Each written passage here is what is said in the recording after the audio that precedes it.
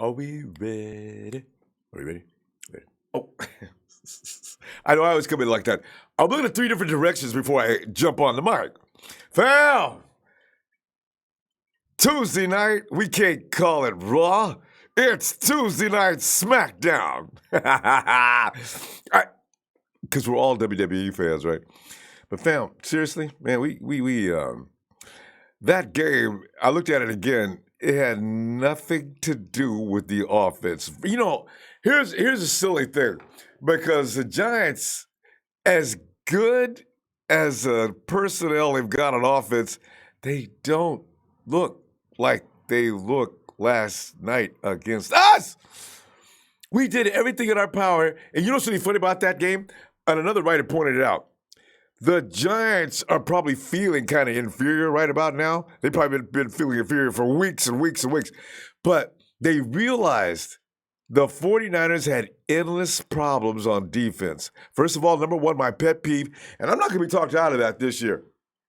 I'm already getting in arguments with people now. 49er fans are trying to tell me, no, man, we need a cornerback. We need a cornerback. We don't need a cornerback. What we need is addressing the cornerback situation is something they're going to have to address, yes. But to get to the root of the problem, you don't address the aftermath. You go after the root of the problem. I'm a Vic Fangio school. Fangio said, you get me in there a devastating pass rush. I'm talking about a group that has to be placed under arrest after the game for roughing up the passer. That's how you stop the passing game. If that passer's out there scared to death for his life, he's out there making mistakes. Give me a good example. Remember in 2014 when Aldon Smith came back? And also, at the other end, we had rookie, it wasn't Ahmad Brooks. Now his name escapes me. We just got him. What is the big guy that overeats? our other Aaron Lynch. I remember Aaron Lynch and Ahmad Brooks were doing a good job that year to start off the season. Aaron Lynch was focused. He was fresh. He was in the NFL. He was a rookie. He wanted to get himself established. It was Lynch and Ahmad Brooks. First few weeks, not bad. This Lynch guy is all right. But we're still waiting for Aldon Smith to come back off of his punishment. So now, everybody's dream team, Ahmad Brooks looks good, but you want to see this kid Lynch and Aldon Smith. Smith comes back. We play the Giants. Fam, to illustrate my point even further, we had a so-so secondary that year. The 49ers picked up 5 INTs in that game. Why? Because Manning was back there scared to death. Every time he stepped up, there was a 6'5", 6'4" dude coming at him like a crazy man. Now that is how you stop a secondary from getting killed. You kill that damn quarterback. Every time he stepped. I remember I was laughing because, Smith and Lynch they sandwiched Eli 3 or 4 times. Wham! It was hitting him at the same time. Eli was just... We had 5 INTs that game. The dudes was playing in the secondary wasn't all that. That is how you administer to the secondary issues. Even Ahkello will stop struggling. You give Richard Sherman the kind of defensive front we had in 2014, lights out. This is why this year, get a pass rush. That is number one. You want to get a cornerback? Go ahead. Don't do it first. Get a pass rush the first round and second round. If you get any first round picks, get a couple of pass rushers in the first round. You know we got 13 pressures yesterday. 13. All day. That's all they did. I ain't even talk about sacks. 1. And that was only because Defoe just lost his mind on that one play. They actually engineered some kind of a blitz on that play, too. He came in and Manning finally failed to the pressure. Oh, man.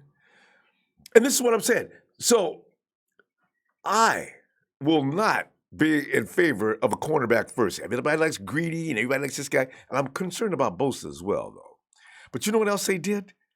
See, they already knew Manning says I got plenty of time to throw, so I can either go toward Malcolm Smith, because he can't cover nobody over there. I can go over here. I got Ahkello, because apparently they're having problems. And Richard Sherman made it clear, and him and Coach Shanahan says, we don't. Ahkello gets after a mistake is made. Ahkello's looking over at Exum and going like, this is the thing. And Ahkello explained later he wasn't upset with his teammates. What he was upset with was himself. Yeah, he said that. Okay, yeah, but Richard made it clear, as did Coach Shanahan, because in the presser they asked about that. How about those displays of frustration by Ahkello? And of course, Coach said he's got to man up. And then Richard Sherman comes in and says, "Man, you know what? He's frustrated, and what his problem was. He was wondering why, as Sherman's wondering the same thing, why people aren't in their spots." Now, I have been against, and by the way, Ahkello did admit, he says, you know what, I made a lot of mistakes in that game. So you know what, I'm backing up off of Ahkello. In the scene where they won the game, Coleman scores on, I don't know where Jimmy Ward was, but DJ Reed got smoked for that win. Here's the thing. Maybe they moved Jimmy over to Ahkello's spot. I don't know. But the thing was, because I got so frustrated, I stopped watching in some portions. The thing is, Richard Sherman says every week, players are not in their spots. He says that every time we lose, players are not in their spots. Now, I have been giving Trez a hard time for giving Robert Saleh a hard time. I'm saying that the guys out there are not being, I'm sure they're being told where they're supposed to be. They're not showing up. They're not being there. They're having mind blanks. And you know what? It is Robert Saleh's fault. He's supposed to make sure that everybody's on the same page before the game starts. If you're going over film and a kid asks a question, God dang it, Robert, make sure he knows what he's going to do. And in practice, if you see these flaws taking place, stop everything. I don't care if it's pitch dark outside and they can't see a damn thing. You hold practice longer. Worry about the players' union later. You get that straight. It's embarrassing. And this embarrassment goes on game after game after game. That doesn't make any sense. Ahkello should not have a problem. He went, they made an adjustment. Remember the second time? You got OBJ running downfield, and both, was that Ward or Exum? It was Ward and Ahkello collapsed on his ass. It was textbook. Now, they could have been doing that the whole time. Ball hits the ground. No pain. See, this is the thing. So now I'm starting to realize it may be Robert Saleh. Even if it's Jeff Hafley. Robert, you're responsible for that entire unit. If Jeff's screwing up, then you go and tell somebody, I got to get another coordinator for my defensive secondary. And I just don't let it keep going. And it did. Because the offense was fine. The offense scored enough points. And Nick made a couple of mistakes. A couple of mistakes out of the whole game? No. They stopped the run. They're beautiful stopping the run. Barkley walked away with 67 yards. That's not a bad day against this kind of a running back. All right? But Manning has been struggling and failing all year. We made him look like the Hall of Fame Manning from 2013 and 2012. That makes no sense. So it's a defense. And that's what I'm saying. Pass rushers. That quarterback's got to stop being comfortable back there, taking his time and picking apart the defense. Because quite frankly, no matter who you put back there in that secondary, people like Roethlisberger, Manning, you've seen it. What do you think the young up-and-coming guys like Mahomes, if you don't have a pass rush, Mahomes doesn't care who you put in your secondary for coverage. He's going to kill you. Jared Goff, I hate to say it, he'll kill you too. We got a problem. And it's about the quarterback comfort zone. It's way too high. So, I'm not, I'm no longer going to defend Robert Saleh. I'm done. He's got to either make sure if they're not following his plan, then he damn sure better make sure that everybody else makes sure he does it, because everything that happens out there reflects directly on him. Trez, high five, man. You got my vote, man. I'm done. He's got to be more responsible than that. He stands there looking like a deer in the headlights on the sidelines. The camera pans on Robert Saleh every time the 49ers defense screws up. We got Smith. Get rid of Smith. You know, you overpaid him. He has no coverage skills. If he's there next year, it would be somebody needs to be brought up on charges. Okay, I'm done. God dang. There's no reason to be losing these games. Not every week for the same reason. Okay. All right, okay. Hey, Wasim Saleh. Thanks, fam. I think time for Shanahan and Lynch to pick up the phone and call Mike. As he said, I want winners, not losers. I agree. Elias Lopez, this is BS. We had this game. We did. And you know what? We did cry about the officials. The game shouldn't have ever been put in the officials' hands in the first place. Brunel Jacobs, what I think we need to do is trade McKinnon for a good interior lineman, sign Bell, and if we have enough money, sign Patrick Peterson. Also, we have to do everything possible to draft Nick Bosa. No. McKinnon's going to be a lot less expensive than Bell. My concern is Bell's mental. I don't know. He's a good running back. He's one of the best there is. I'll stay with Jerick McKinnon. Why? Because McKinnon is an upgrade as far as what he does over one of the best running backs in the league. Now, you give Jerick McKinnon a chance to line up on a line of scrimmage. He is the quintessential element to Kyle Shanahan's system. So I'm leaving the expensive Bell right where he is. Bring me McKinnon. Let's get this show on the road. Boy, Matt Brady's going to be a beast come next season anyway. Get me Mostert to back that up. I'm good to go with that. Hey, because Andrew 49er, right? Pass rush, edge rush, audio V. Get them Pro Bowl votes in. All-Star Lola. What really hurts 50-50 calls go to the house. We was home, and the times and the refs have to think about flagging us. They didn't hesitate to flag us. True. But the refs, the refs go do what they go do. You got to take the ball. You got to take the game out of their hands. Chilling like grilling. How's it going? Hey, fam, I'm tired of losing is what I'm talking about, especially for the reasons we losing. We ain't getting ran off the field. We're getting beat on stupid. Zach King says, I'm still pissed off. Civic Sport Injector FB6. What's up?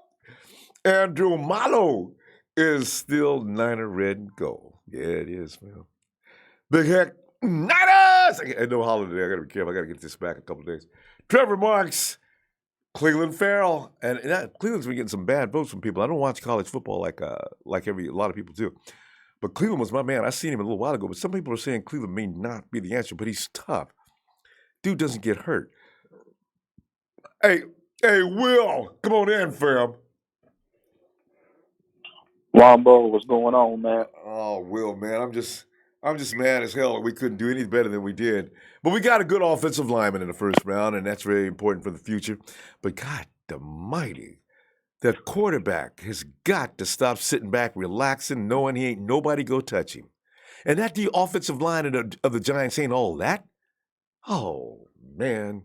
But anyway, Will, what's up?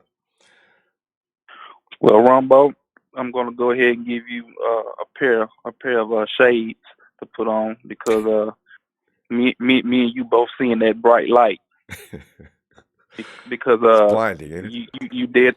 you dead on it, man, because it's the defense.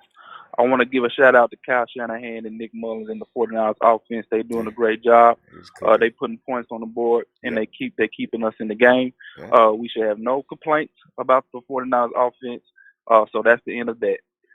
To the defense, like I said, John Lynch, for the rest of the season, you will always get a reminder of your mistakes during this past draft. We don't have no edge rushers. You didn't spend the money to get veteran edge rushers. So this is what you're going to get for the rest of the season. Oh.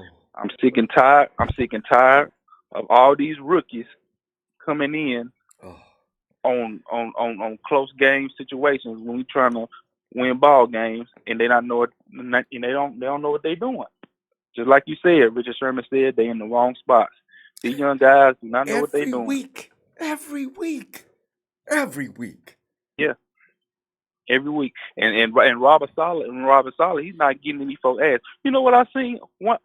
My girlfriend, she's a Cowboys fan, and we was watching the Cowboys game. And you know what? Chris Richard, the Yeah. DB coach, Yeah. for the Dallas Cowboys, Yeah. when they mess up, he be on them guys' asses. I'm talking about calling at them, cussing them out. And That's good. and you know what? Some folks might not agree with this, but I believe that Chris Richard should be our next defensive coordinator. Because you know why? Because he was defense coordinator for Pete Carroll. I think it was last year or the year before last. He run the same scheme, and he's more aggressive. I believe that Robert Saleh should step aside, and they should give Chris Richard from the Dallas Cowboys to step in to be the next DC, because he gets in them guys' asses when they mess up. I mean, And point that blank, defense, period. Cowboys Period. defense looks good too. They look good. They Yeah, screw up on offense, but they and look good on D. that's right. That's right. And then Ahkello, I'm sick and tired of Ahkello always. I tell you what, I'm gonna say this right now. Ahkello Witherspoon is a Dante Johnson 2.0. I'm just gonna put it right now. I'm just gonna say it right now. He's a Dante Johnson 2.0. He always getting flagged. He don't look back when the ball's in the air. You know, I used to play football, when I was in high school. One thing my DB coach always told me is when you run with a receiver down the sideline and you see his eyes getting big, that's when you look back toward that back, because he's getting that ball and you can defend it. Ahkello Witherspoon's not doing that. So, just I'm gonna end it like this, Ronbo. John Lynch need to go ahead and spend that money, like I always say. Get some veteran edge rushers out of free agency. Get some out the draft. Sit them rookies down. Let them learn, and then put them in there when the time is right. That's all. I mean, that's all I gotta say, man. And you're right too. And the Dallas Cowboys, is he the DC or is he the secondary coordinator? What is he? No, Chris Richard. He's the secondary coach for the Dallas Cowboys, but he was a defensive coordinator in Seattle. Again, I don't know if it was last year or the year before last. He was running the Seattle defense, but he run the same scheme as Robert Saleh, and that dude gets in them guys' asses when they mess up. I'm trying to tell you. You know, the 49ers are going to probably make some offers to somebody for that position to go. I could see that happening. But you know what? Who's out there other than Jadeveon Clowney? And I don't believe for a minute the Texans are going to let him get away. But who's available that they could actually lure away? We lost Khalil. You couldn't even get Irvin. I don't know who's available next year. Answer, he got tagged, didn't he? He got tagged again, didn't he? I think he did. Ziggy can't stay healthy for 5 minutes, though. See, and the thing with edge rushers, they get hurt a lot. Unless you're Von Miller. Who else stays healthy? It seems to be a suicide position or something. But, they got to do something, though, Will. I agree. So, yeah. So, anyway. But yeah, man. I mean, like I say, the offense, man, everybody. I mean, I see everybody on social media talking about it's Kyle Shanahan's fault. No, it's not. No. Kyle Shanahan has the running game going. I mean, the running game is always on point. The offensive line is always on point. Nick Mullins is still balling out, even though he, things didn't go his way the other night, but he still played good. The offense is fine. It's just the defense. Yep. When you put up points, I don't care if you're up by 5. Your defense cannot let teams come back. Right. I mean, that's defense win a ball game. Yeah, absolutely. You got wide receivers out there running wide open. You got no. It's not the offense. And with Jimmy G, the offense goes up another notch. With McKinnon, the offense goes up another. McKinnon, Mostert, and Brady together, that threesome right there will keep a team on their butts all day trying to keep up with them. And, of course, the passing game will go nuts. George Kittle can't even be contained anymore. Next year, George Kittle will be the best tight end in the NFL. So you do not need more offense. I agree. But we got to go. And I'm going to tell you what, I'm going to look for you toward the end of the week. Next week, actually, we got an off week. And one more thing before I go.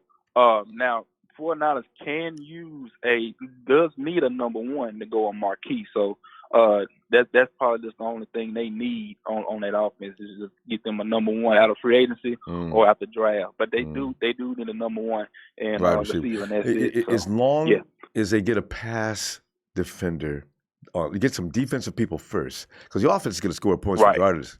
But get me some defense. All right, Will. Talk to you a little later, fam. Appreciate you getting in here, too. All right, Ronbo. Appreciate you. All right, Will. Thanks, fam. Talk to you later. All right, see you. All right. And, hey, Rev.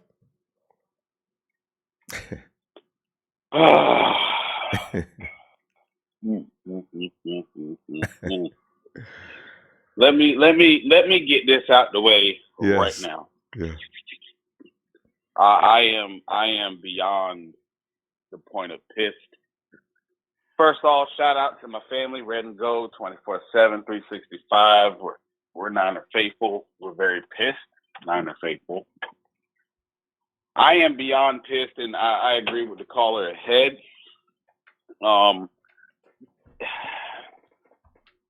Saleh ass has to go. And the reason why I say he has to go, because he has to go. Just go.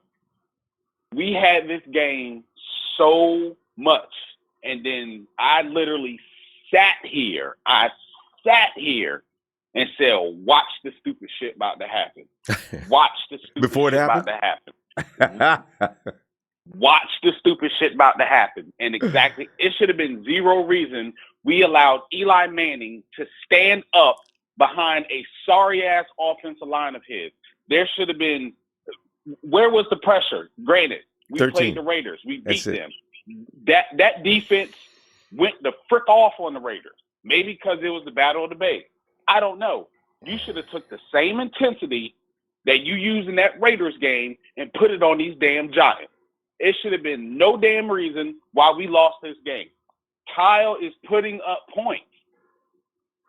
He's putting up points. Okay, Saleh, what are you doing? If I'm putting up points, I just need you to close the game out. That's it.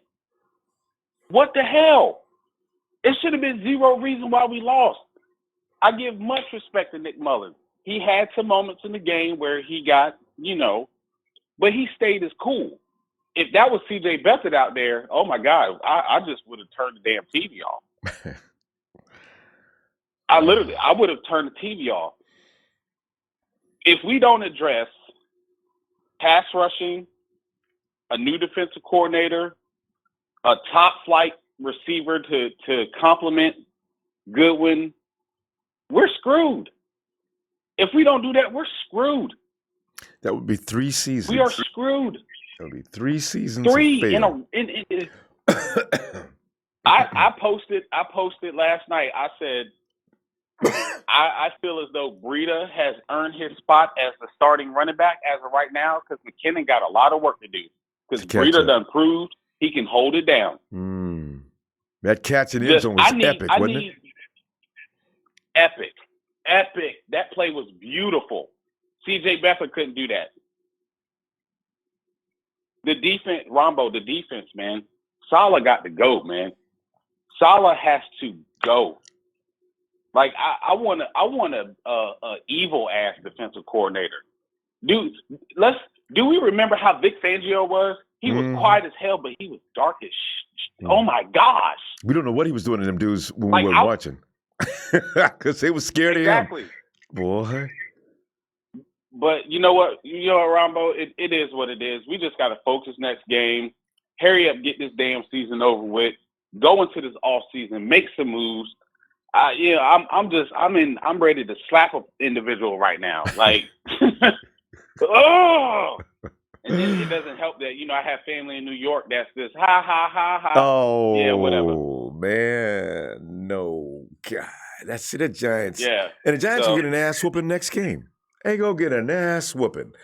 The Cardinals and the Giants, they owe us money. They owe us for making sure they didn't have no wins this year. Cardinals got 2 wins. They will beat nobody else the rest of the season. The Giants got a second win. They will win not another game all year.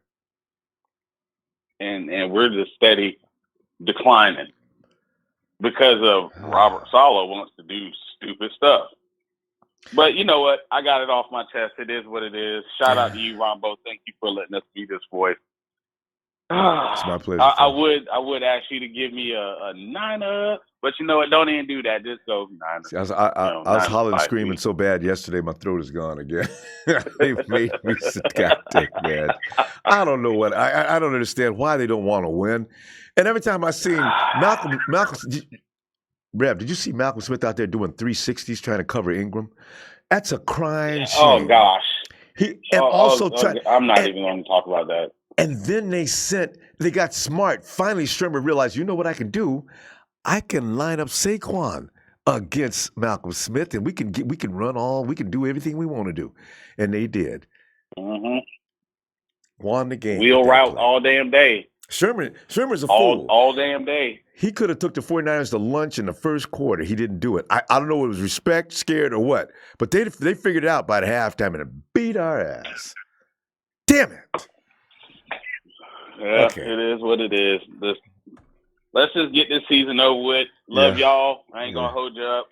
All right, fam. For life. That's who we are. We're faithful. Yes. I'll holler at you. All right, fam. Have a great night. My best to you folks out in New York. Peace. All right, peace. Hey, is that Yamin? Yamin! Oh, Yamin, it ain't nothing right, man. You know, right now, being a 49er fan, we all in this together. That's why we love each other so much, because that's all we got is each other. But if our team won't act right, they won't act right, Yamin. The hell wrong with them?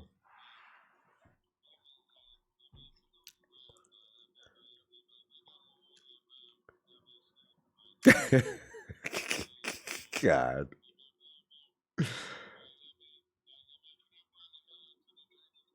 Oh, God, yes. But bring it.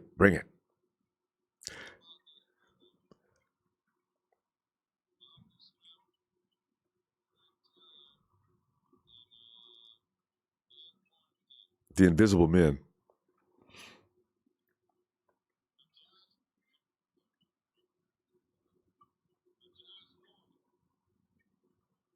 Josh Norman and Richard Sherman on the same field at the same time.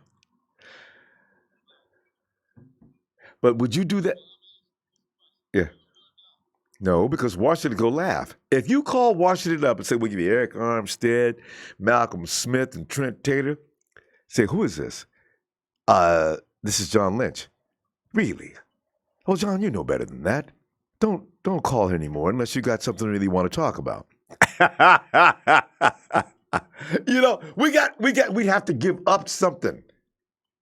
You know what I'm saying? And what would you be willing to sacrifice, I mean? See, that's the problem. Trent he's been invisible. Yeah, I mean, where's Trent Taylor been all year? Yesterday I seen him make one play. The week before that, I didn't see him anywhere on the field. I forgot Trent was on the team, y'all mean. Where the hell's he been?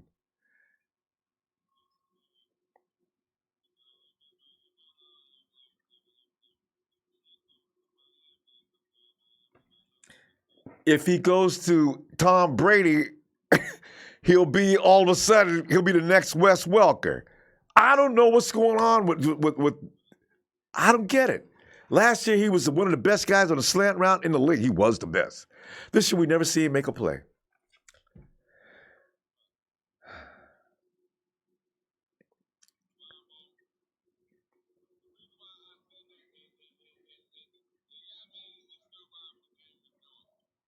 Yeah. All right. Third round, yeah. No problem.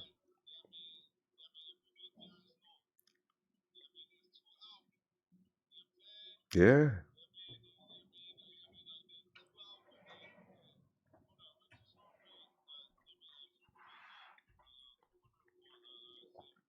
He's a corner. And if you put Josh on the other side, the game will be all about underneath. They won't throw on either one of them, not in combination. You still need a safety.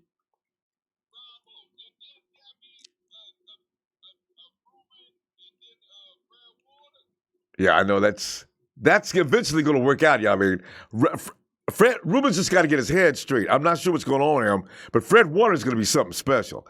By next year, Fred Warner's going to be untouchable. Boy, he's getting there now. He's reading the defenses. He's reacting. He is a good linebacker. He just needs time.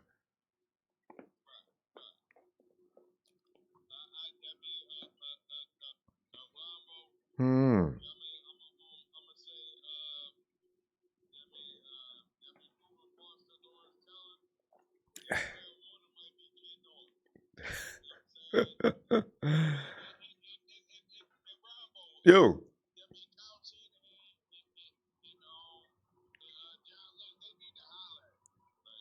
Somebody needs to get hollered at. They need to close the door, and do some real hollering. I mean, I'm talking hollering, bad words, call people out by their name. I mean, do it. Stop being so nice, because some of them dudes ain't understanding.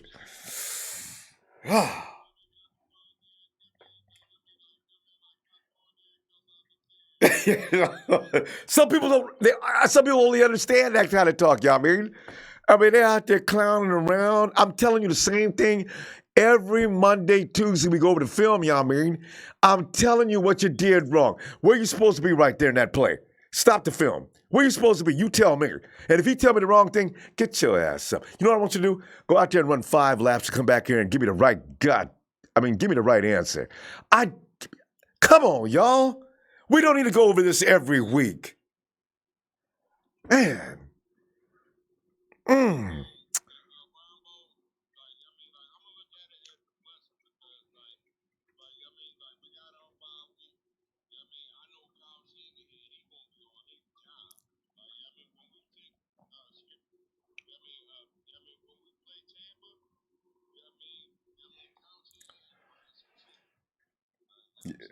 The offense is going to be fine. Yeah, I mean, I ain't even worried about the offense. They're going to do a number. But are the Bucks going to run wild on us? Are they going to get a touchdown anytime they want to? They're going to throw that stupid fade route. Touchdown, Tampa Bay. I'm going to lose my mind. Fade route. It works on us every week. Go ahead, man. Go ahead, because our time is up. You got one more point? I'm sorry, I interrupted you.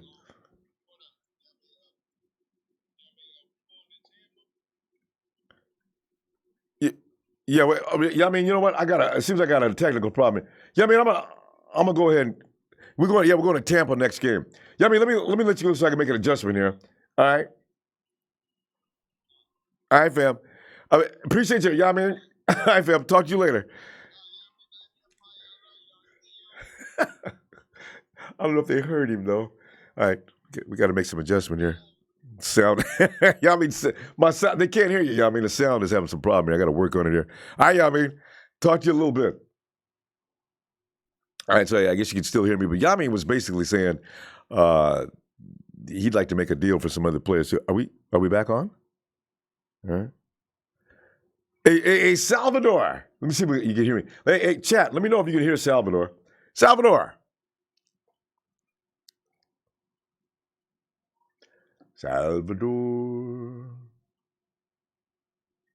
Yeah, we had this problem yesterday. I'm not sure what's going on with that.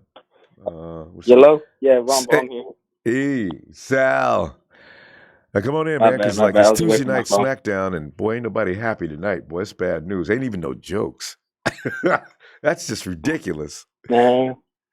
Ronbo, there's no reason when we give up the lead. Was it 20-10? What was the lead in the fourth quarter yesterday?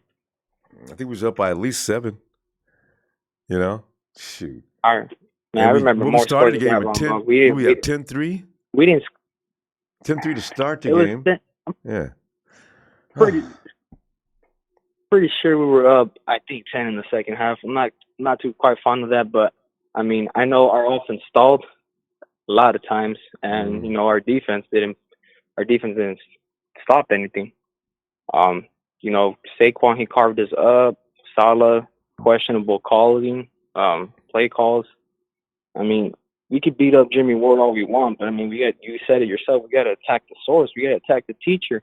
Mm-hmm. You know, if the classroom's struggling, you know, they're not all F students. Mm-hmm. Maybe the teachers, you know, He's not teaching them good.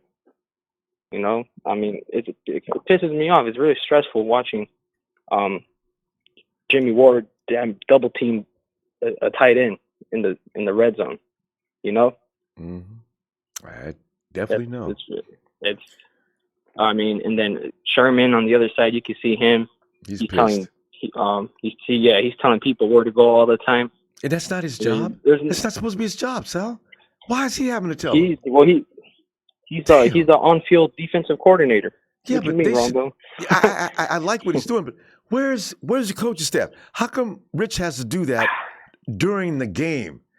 During the game he's having to make these adjustments because players don't know what they're doing. Oh my Lord! I mean, dude, I was hoping. You know how John Lynch was on the field last night? I was hoping he was going to grab the damn headset and the damn play sheet. He's like, "What the hell? Like, give me this. Let me see. Call some Tampa 2." I know, right? We saw him up in the booth earlier, and all of a sudden, camera pans. John standing on the sidelines. Oh shit!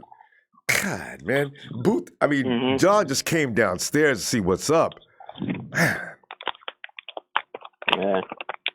Man, Ronbo, you know, I was watching football, college football this past weekend, and this cat, he's been getting a lot of attention. I don't know if you heard about him. He's from Boston College. Who? His name is Zach Allen. Okay. I'm going to check him out, though. I've not heard Let about me tell you some measurables, Ronbo. Let me tell you some measurables. Please. 6'4", 285. Oh, I like that. Defensive end. Yes, I like that even better. Guess what he looks like? J.J. Watt. Now that's what we need, Ronbo. Imagine him. Does he move like you JJ? Bump him inside. Yeah. I mean, he's pretty strong. You know, he's a big guy, big forearms. I mean, just go look at some tape, Ronbo. He was getting to the Clemson quarterback. Mm-hmm. You know, he was Harold Landry's partner in crime last year. You know how Harold Landry was getting all the love? Because of him.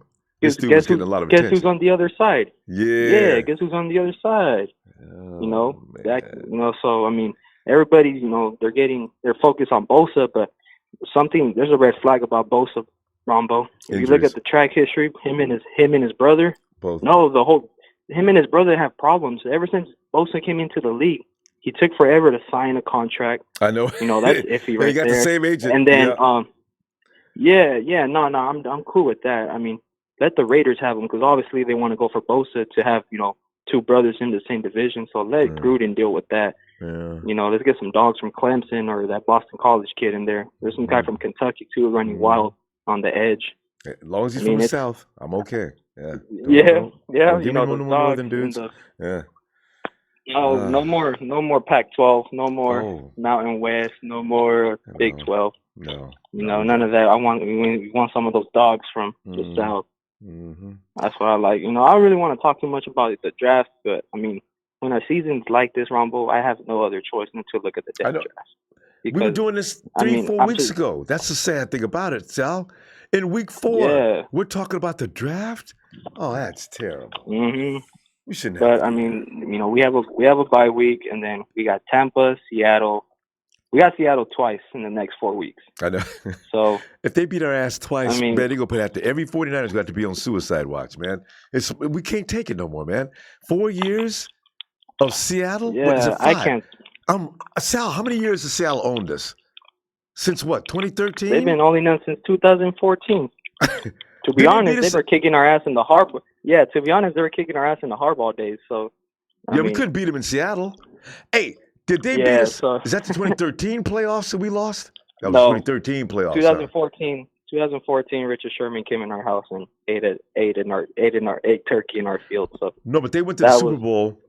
The Hawks went to the Super Bowl in 2014, beating our ass, right?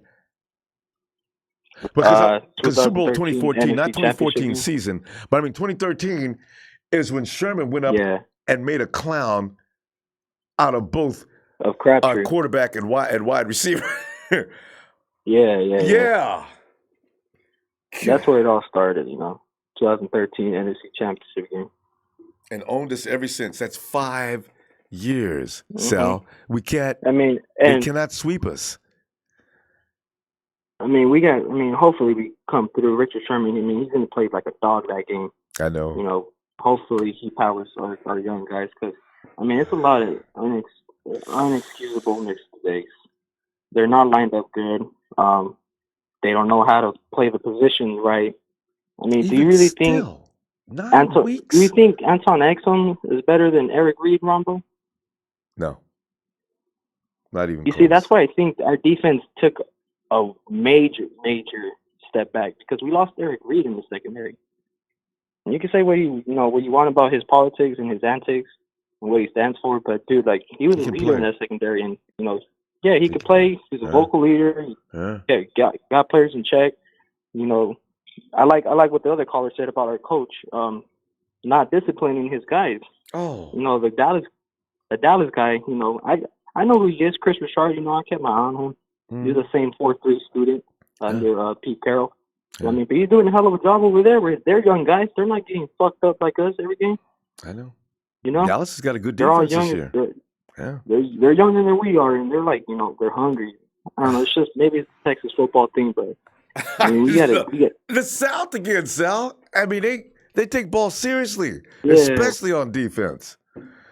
Anyway, I mean, we need a culture change.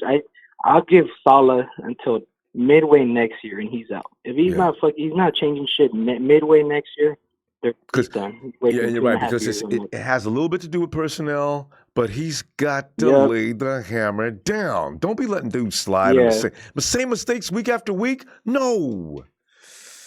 So we got to go. Mm-hmm. I'll look for you this weekend. Huh? All right, fam. Oh, you still going to be on this weekend on the bye week?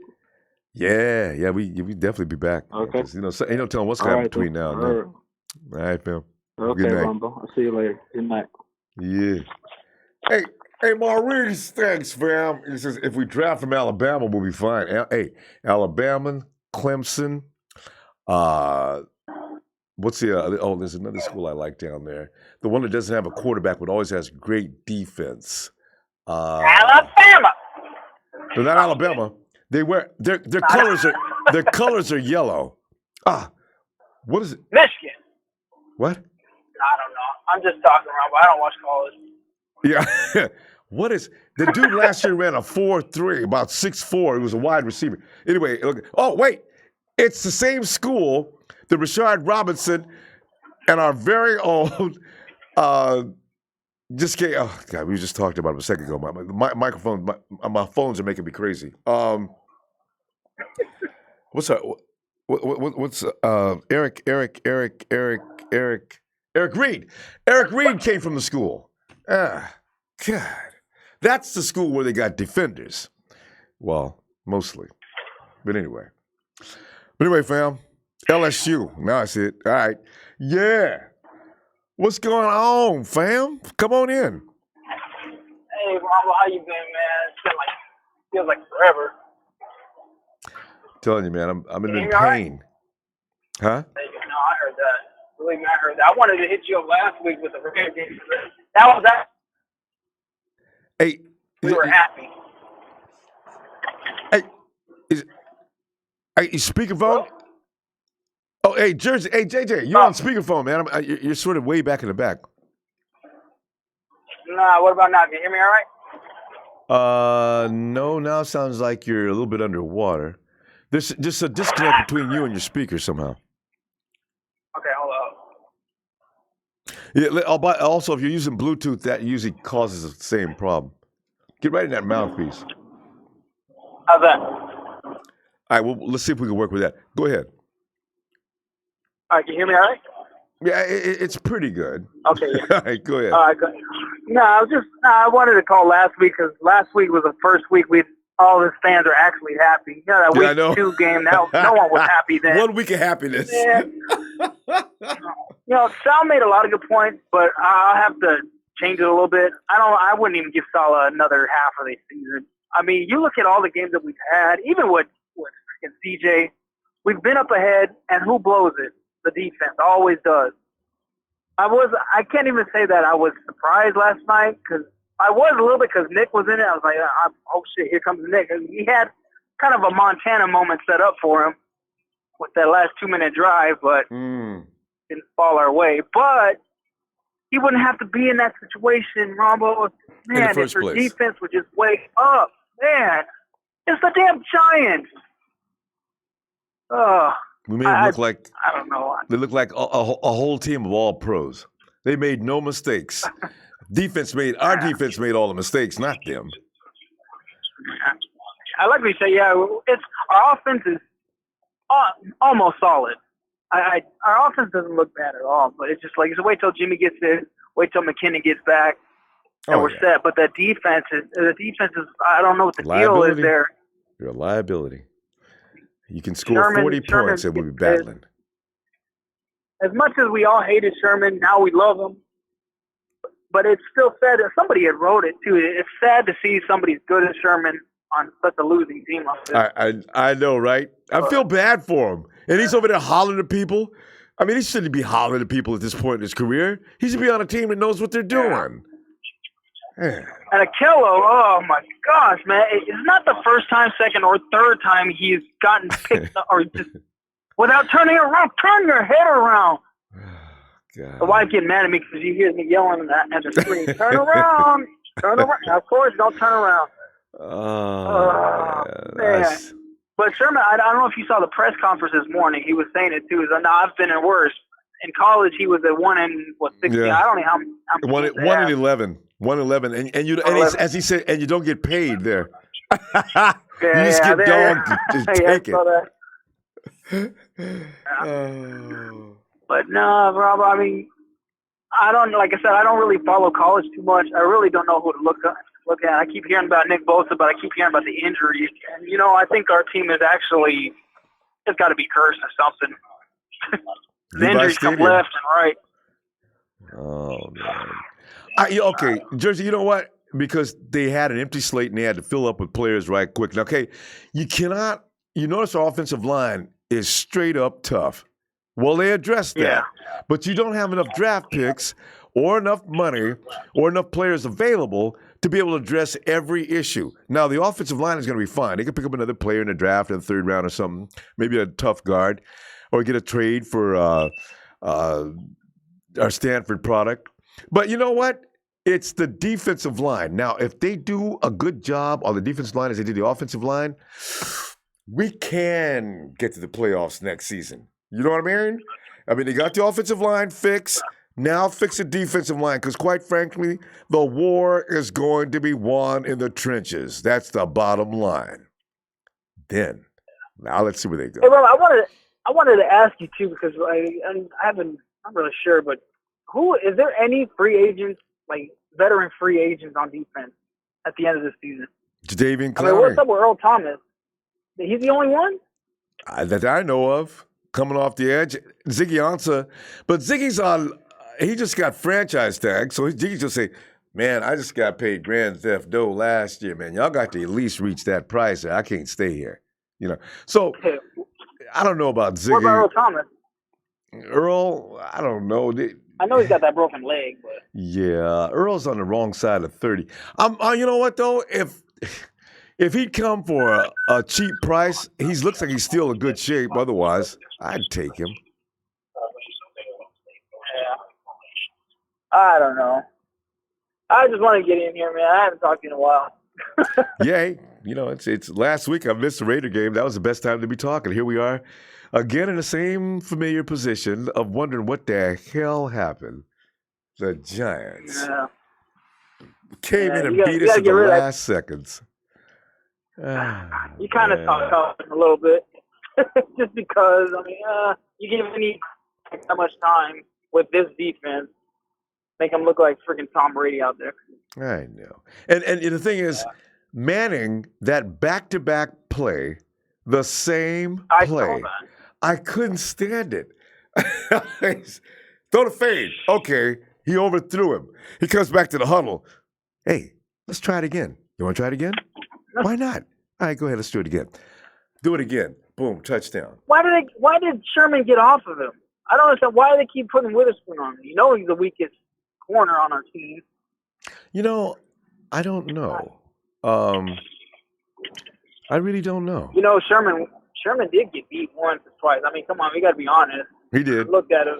He got beat underneath, though. He did not let anybody get past him. See, that's the essence of that position. And you beat Sherman with that move once, you won't beat him with it twice. This is what I like about Richard Sherman. He beat Richard Sherman on that move once. But OBJ knows not to mess with Sherm. And he didn't come back his way any more than he had to. So, man. Yeah, I think why we lost. I think we lost because you were wearing that damn Kyle Williams jersey yesterday. Yeah, you and Kyle Williams. There is no Kyle Williams jersey. Yeah. Jimmy My G. bad. Anyway, but JJ, we gotta go, man. I tell you what, I'll see you later on this week, okay? I can't wait. All right, bro. Have a good night. Have a good night, man. All right, Jersey. Oh man, let's go check out James. How's the sound, guys? Can you hear everybody yet? I haven't seen anybody say anything about that. I guess we're okay now. Okay. Hey, what's up, Ronbo? Hey, James. Nothing good. How you doing, man? Well, we're still having that same familiar position we've been in all year, except for 2 times. Well, you know what? I look at it like this. It's some things going on that are going to define who's going to be on that roster next year. I know that a lot of people are saying we need to get a pass rusher. We do, but I think in free agency, let me tell you something. They got to either go after Patrick Peterson or Josh Norman. Because I'm going to tell you right now, Ahkello Witherspoon and Dante Johnson should have been twins, okay? Because they play just like it. He's a horrible cornerback. If you know they tried you the first time and really had you beat if he wouldn't have fumbled, if he wouldn't have dropped the ball. Don't you believe they're going to go back at you a second time? And they did. Made him look like he was a Pop Warner football player, man. Then that play in the end zone, the first touchdown, where Ahkello's standing over there by the pylon, and there's nobody over there. Kawan Williams is in front of him, which Kawan Williams was the nickel. Why wasn't Ahkello back there up on the receiver? Listen, man, he's got to go, man. I'm going to tell you what I did like. That showed me that we got some young guns on that team that are going to possibly be good players one day for us.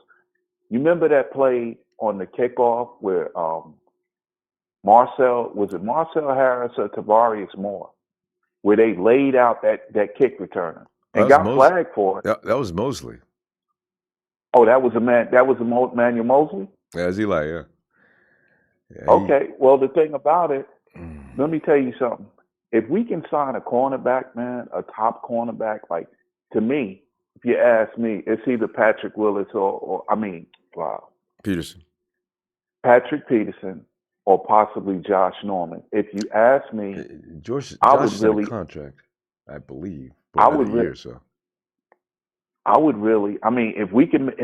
thing about it right now, Patrick Peterson, I believe, is frustrated with Arizona. They know with this kid, Josh Rosen, it's going to be a long time. And he'll be old and gray and long at the tooth and nail.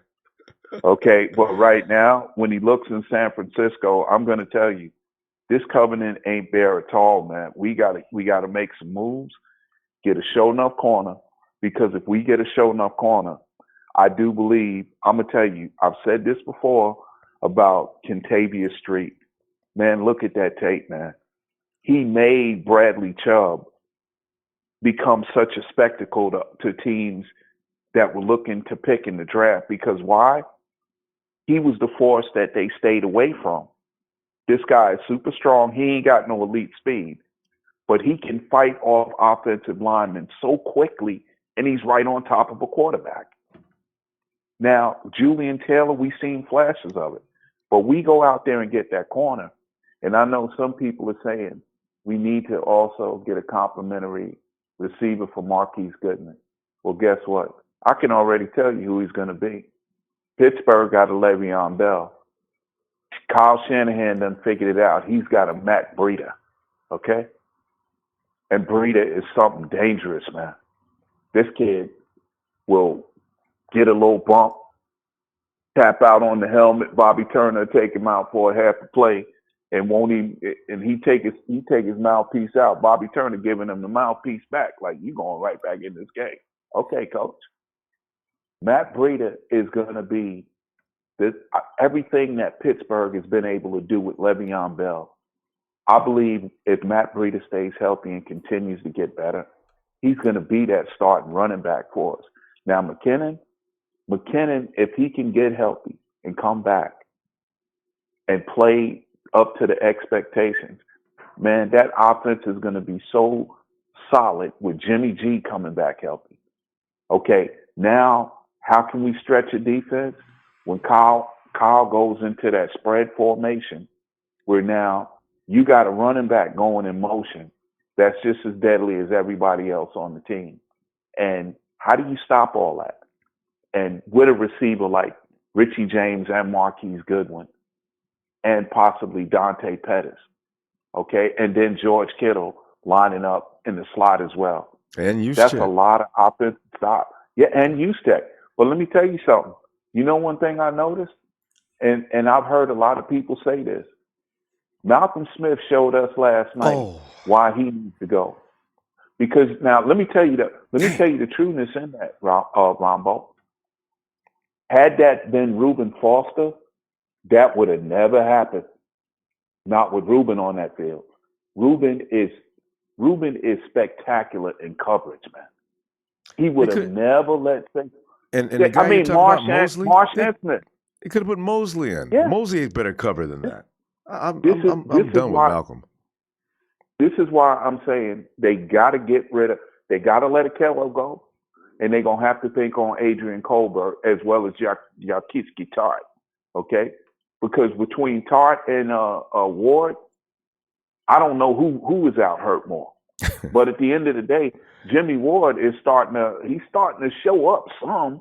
Yeah, but Jimmy can play. When he can play. Yeah. When he ain't hurt, he's playing. When that dude's game is on, I'm going to tell you something. When Jimmy Ward's game is on, Jimmy Ward is a difference maker in that defense. But now, I think by getting that corner, man, and we also somewhere third, fourth round, let's get another linebacker. Because we got to move on from Malcolm Smith, man. Oh, Malcolm's gone anyway. No matter what, Malcolm Smith's gone. James, we got to stop. Well, for the money they paying him? Oh, yeah, I know, man. For the money they paying him? Way overpaid. He's got to go, man. Oh, God. He's got to go. They fix the contract so they can, too.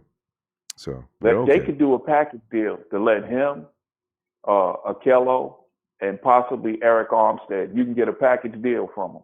Mm-hmm. Maybe. Yeah. I don't know who they got to go, man. Yeah. Somebody will. Not a Empire, not for life. Love what you do, Ronbo. Thank you, man. Thanks, Thank you for being our pipeline, man. Thank you for all of it. Pure pleasure. Thanks, fam. Talk to you later. Have a good evening. All right, be blessed.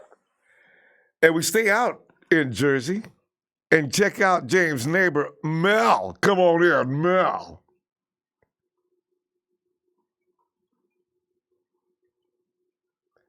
Yo, Mel. Yo, Mel. Mel? Let's see how we might have to come back to Mel. Right.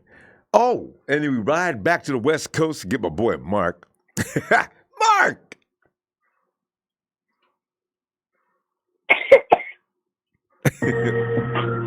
I'm with the man, the myth, the 49er fan legend, Ronbo. Hey, Mark. Mark coming in theming. Oh, man. And we need to have fun, Mark, as much as you can. You know what? Because actually, I don't like feeling like this. You know, you go to the gym, you work out, you go out to a nice restaurant, you go to a movie trying to remove the stress. The food don't taste right. I'm wanting to throw weights across the room instead of lift them. And the movie, I'm walking out. You know what I'm saying? Because I was saying, damn it, Niners. You had that game. Why you want to do that? You know, small stuff, Ramos. It's small stuff, man. I need to install it, Ronbo. Oh, you can get it too, because it's Tuesday Night SmackDown.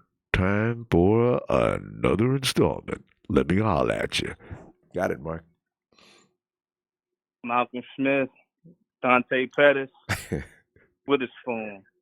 Come on up here, man. As your boy Trey would say, come on down to the front. Yeah. Hey, man. Woo. We done already talked. Y'all done already covered the Malcolm Smith situation.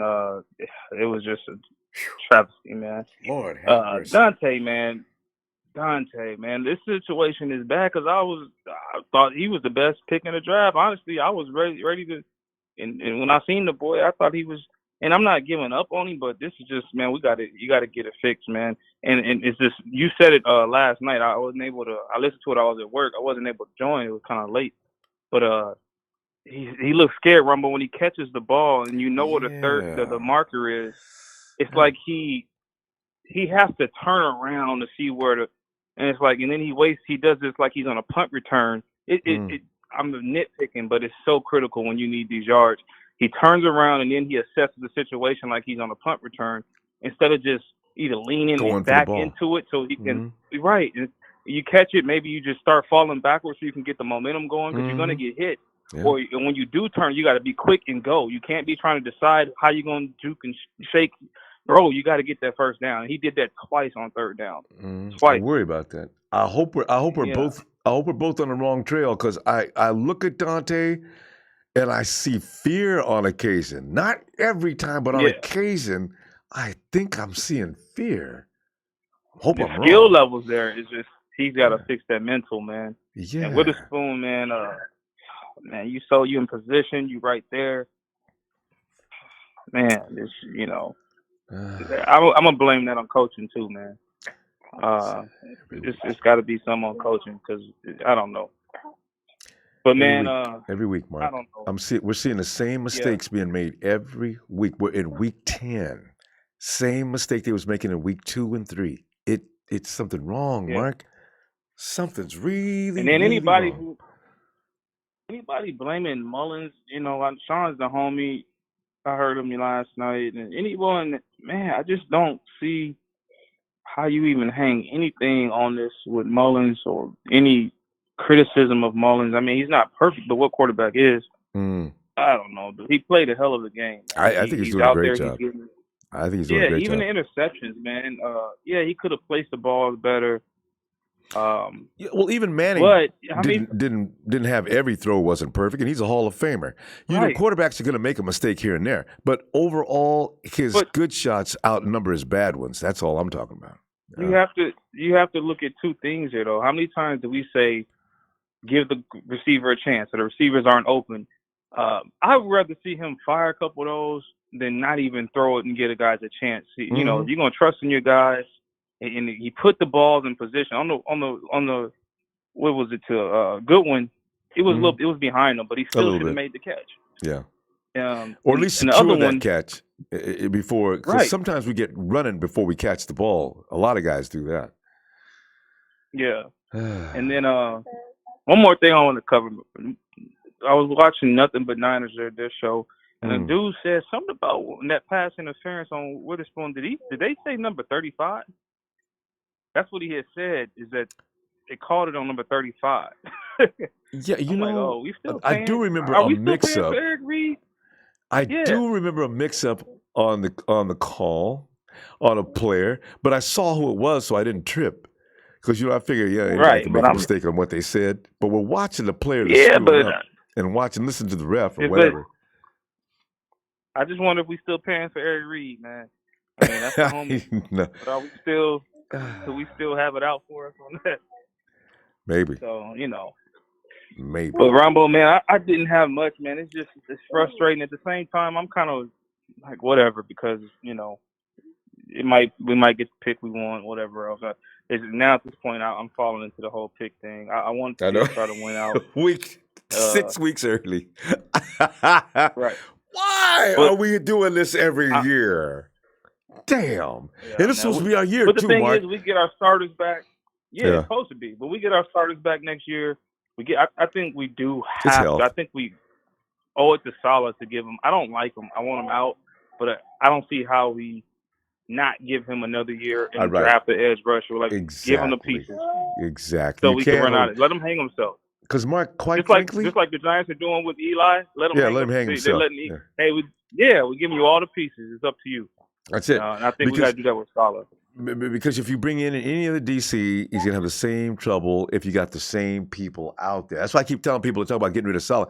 Listen, I'm with you as far as Saleh not doing his job. People should not be out there making the same mistakes every week. But Saleh is working with what he's got, doing the best he can. Them is grown-ass men. I should not have to constantly tell you the same thing over and over. So, Right. Anyway. Yeah. And I'm with bringing Earl in, and I've been saying it. I know we got to go, but I think we need a free agent as safety and then bring a corner in as a young guy. That way we have Richard, we have Earl as far as veteran leadership back there, and then you bring a young guy in to replace him. You still got Ward. Yeah. But anyway, that's all I have, Ronbo. And it's good too. It's good stuff, Mike. Tell you what, I'll be back later on in the week and see what else is going on, and maybe we may not even be mad next time we talk. Damn it. We'll get back to making these beats, man. That's what I'm gonna do. That's what I'm gonna focus on. Ronbo. There you go, fam. All right, Mark. All right, Ronbo. Have a good night, fam. You too, man. Thanks. And hey, let's go check and see if Mel is ready now. Hey, Mel, you there? My man, what's good? Oh, Mel, you asked that question. Ain't nothing good, man. We and you out there, you walking past Giants fans, man. I bet they're all up in your grill. Hey, we suck, but you guys, man, you guys are on another level of suck. I can hear it now. See, they would, Ronbo, but you see my Instagram pages and everything. I box, man. I kick them right in the ass. Stop talking and start throwing.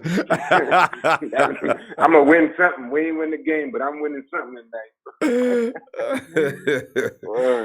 God, yeah. A few things. Number one, I definitely don't believe that we should fire Robert Saleh. This is not his fault. It's not his fault at all.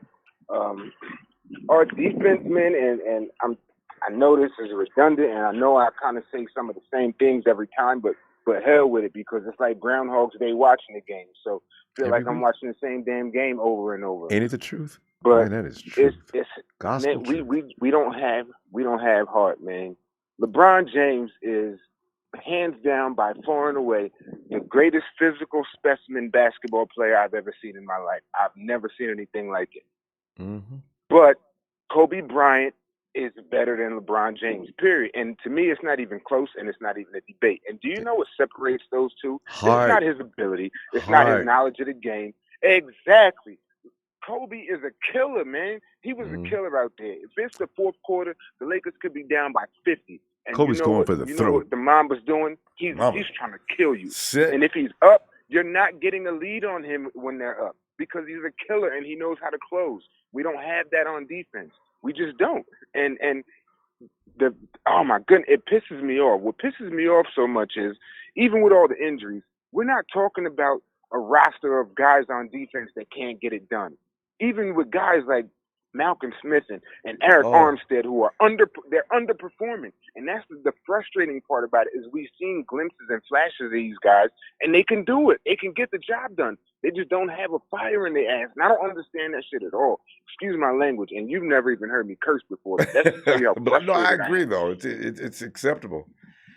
It's ridiculous. It's downright pathetic. And look, let me tell you something, too. I don't know how many of the players listen, but Ahkello Witherspoon, if you are listening right now, or anybody that knows him, Melvin Bryant III from South Jersey, I'm in Philly right now, but by way of South Jersey, Ahkello, you owe me $365, my man. And I'm going to tell you exactly why. Last year, by the end of the season, I loved you. And I loved you, and I thought that you had such a bright future. I thought you were going to be the next one, especially when I heard, especially when Rich came on board. I thought you were going to be the one. Do you know how much the Nike Vapor Elite jerseys cost? The legitimate ones? Because that's all I wear is legitimate ones. Yes. $295, bro. Oh. And Ahkello Witherspoon, there are no Ahkello Witherspoon jerseys. I had to get that customized, so that's an extra $70 to be tacked on there. So my Ahkello Witherspoon jersey that I got, bro, $300, almost $70, not even counting the shipping. You owe me that, bro. I'm tired. I didn't know last night, just like the other games. When I'm watching Ahkello play this season, I don't know if I'm watching NFL football or if I'm watching Rachel Ray, because that's all I see is this dude getting cooked. all day, all game, just getting cooked back to back with the same darn plays. Oh, that's Oh my kills me the goodness! most. Like, what are you doing, bro? What are you doing? And what's so frustrating again is not the fact that he doesn't have the skills or the capacity. It's he's underperforming. What are you doing? How is this happening? And why does it keep happening? Everybody makes mistakes. I play ball myself. There's no such thing as a perfect player. You look at Sherm locking stuff down, period. Shutting stuff down this season, but there were still plays where, he got a pass called on him or got a flag or whatever. There's no such thing as a perfect player, so you're going to mess up. The key to greatness is you don't make the same mistake twice, period. That's Sherman. What are you doing? That's what Sherman. are you doing? The offense and Brady's definitely going to be something special. And I think the next year is going to be perfect for us. I heard some people saying, not even just here, but like on the blogs and everything, saying that we should just drop McKinnon, use that money to pick something else up, and just make Brady the guy. And I disagree with that. For a couple reasons. Number one, yeah, exactly. And it's not even just that I want them both. I truly believe that we have to have them both. There's no part of me at all that believes that Brady can shoulder a load by himself. Physically. Mel, you know what? I just want to interject on that. If Mostert played yesterday, I'm not even talking about Garcon, because Garcon plays yesterday, we win. If Mostert plays yesterday, we win. Yeah. That's what you got, that 1-2 punch. McKinnon and Brady would be an awesome 1-2 punch because McKinnon's got skills like a slot receiver as well. So now when you line him up, you don't know what the hell is going to happen.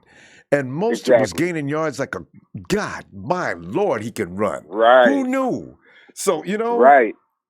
And what's going to happen next year is the great part of that is a lot of 1-2 punches, even the great 1-2 punches in, league history, there was some level of a drop-off from the starter and the guy he was sharing time with. With Brady and McKinnon next year, there's not going to be a drop-off. No. Anytime those guys are in, and they're going to have fresh legs and not be tired or anything, anytime they come in, defenses are going to have to deal with these guys at 100%. But defensively, man, it's not Salah's fault. And also, you play ball as well. I play ball, college level and everything. Number one, we're not talking pee-wees, high school, or even college. The coaches should not have to be there to yell at you and pump you up. All the time. You have a job to do. Yes. You have a job to do. And Vic Fangio, I love him, and he's one of the greatest that we've ever had. But please do not give all of that credit to Vic Fangio and scheme and everything. Vic Fangio, when we had that squad that we had killers out there. You got Patrick Willis, who was the best linebacker in football. They say Ray Lewis, but he was better than Ray Lewis. He was a faster Ray Lewis. Way more athletic. We had right, exactly. We had Navarro Bowman, no drop off. It was times where I didn't know which one it was, if it was Will or Bo. I didn't know. We had killers out there, and we had the veteran leadership, and we did have a couple young guys, but the young guys were accountable to the killers. So, Fangio show me footage of Fangio having to yell at our guys on the sideline. He didn't have to because our guys got ourselves together. Yep. And also, you played ball as well. I was a defensive back. I was heavily recruited out of high school, so I definitely understand the defensive backfield and what we're lacking with that as well as continuity. We don't have continuity at all. So guys are blowing assignments because they keep switching them and playing musical chairs, and this guy's out this week. And don't even get me started on the injuries, man. Why are we so soft? We got to get into this weekend, Mel. I hear you on every word too, but you're right. If you ain't got no familiarity with the guy next to you, you don't know what to do because Ahkello's out there frustrated playing, and I'm thinking Ahkello's making some foolish mistakes at times, but there are other things playing into play that, like you say, people don't realize unless you're out there exactly what just took place.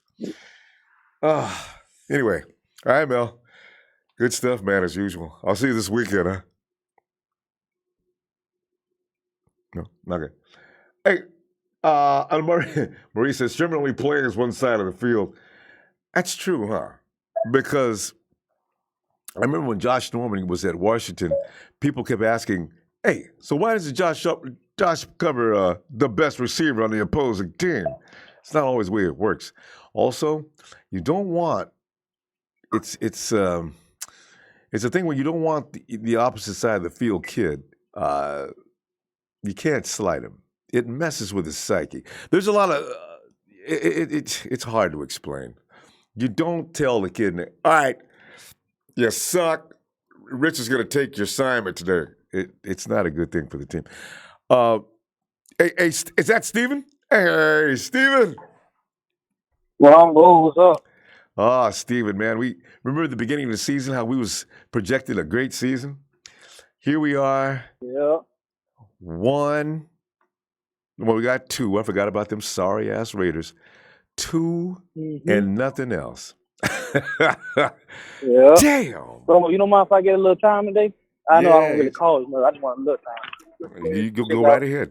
You need an installment? You want to call No, somebody I don't out? even need an installment. No. I'm gonna just talk real quick. Go ahead. So I was watching the game with Shaw yesterday, Rumble. Oh. So he knows the defense inside and out. Yep. So we was on FaceTime and he's watching the game, I'm watching the game. He's calling our defense out before we even play the game. He said we in the wrong defense.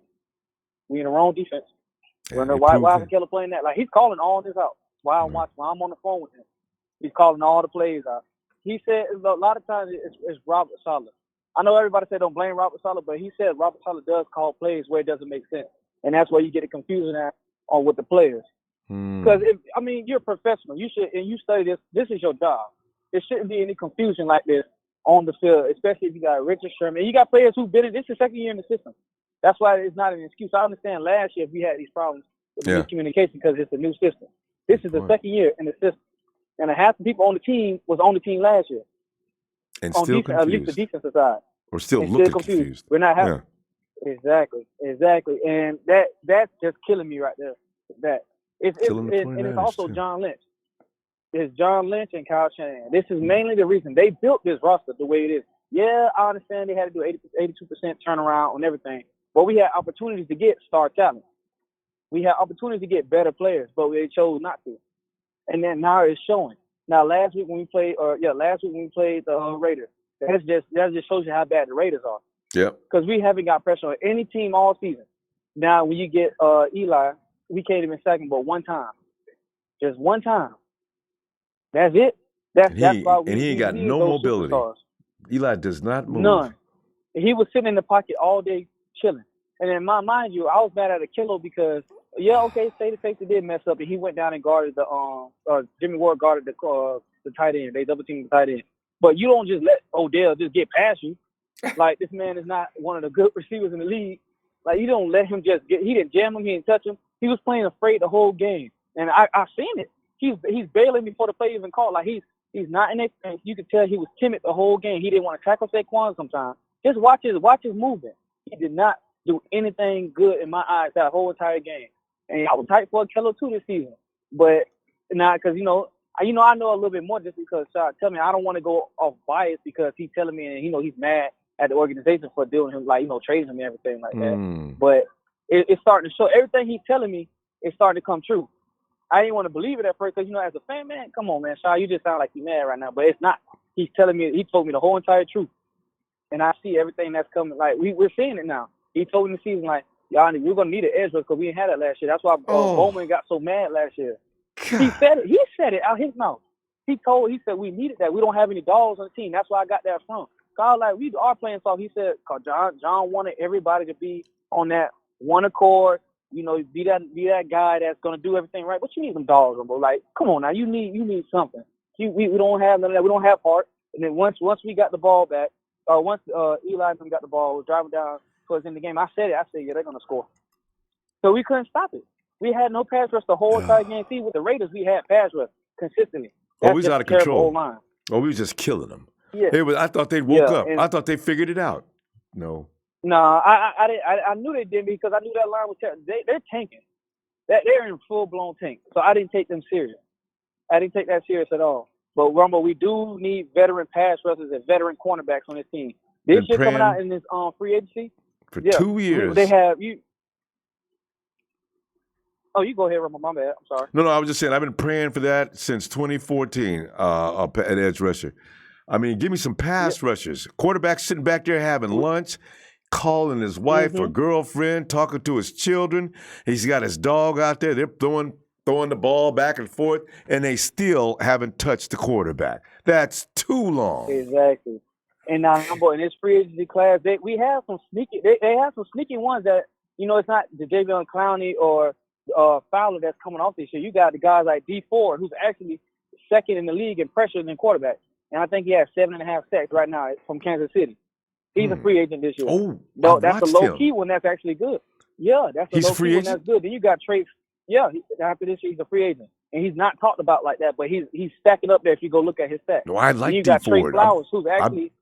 I've been watching Kansas City. I like him. Yeah. And you got Trey Flowers from the Patriots. He had 9.5 sacks last year. I think he has 6.5 this year right now, and he's one of the top graded edge rushers right now. He could create a consistent pressure. If we get pressure, Defoe is going to eat because the more we create pressure on the edges, they got to maintain the edges. No more double teaming on Defoe. So that's gonna make it even better for us.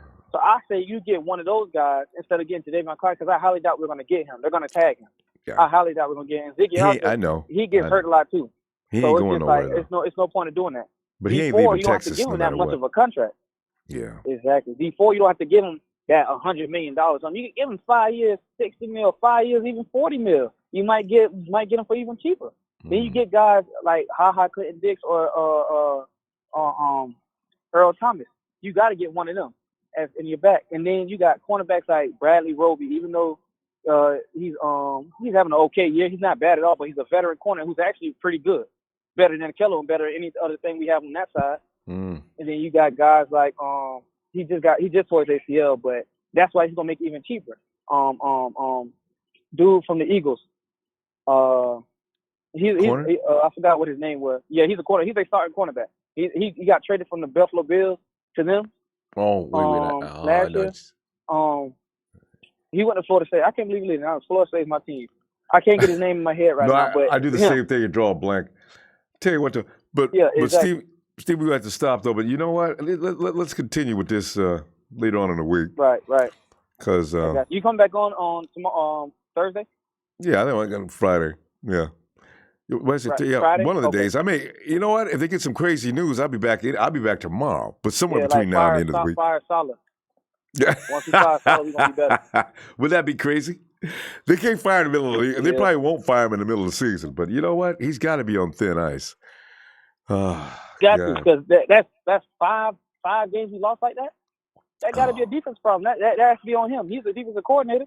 It's on him. Same silly plays. Same people doing the same things wrong. All right, Steven. Always good, man. Talk to you later. All right, fam. All right. And let's go. Hey, Rich. Ronbo! What's happening? Losing. Rich, we get to be losing. And more depression? Every week. I mean, hey, Rich, if we was losing by another way that we always lose, Rich, it would be almost acceptable. But we get an ass whooping in the fourth quarter with 2-3 minutes left, and it's going to be the same thing. Yeah. They ain't going to try to run the ball down a throat. They're not going to do anything unusual.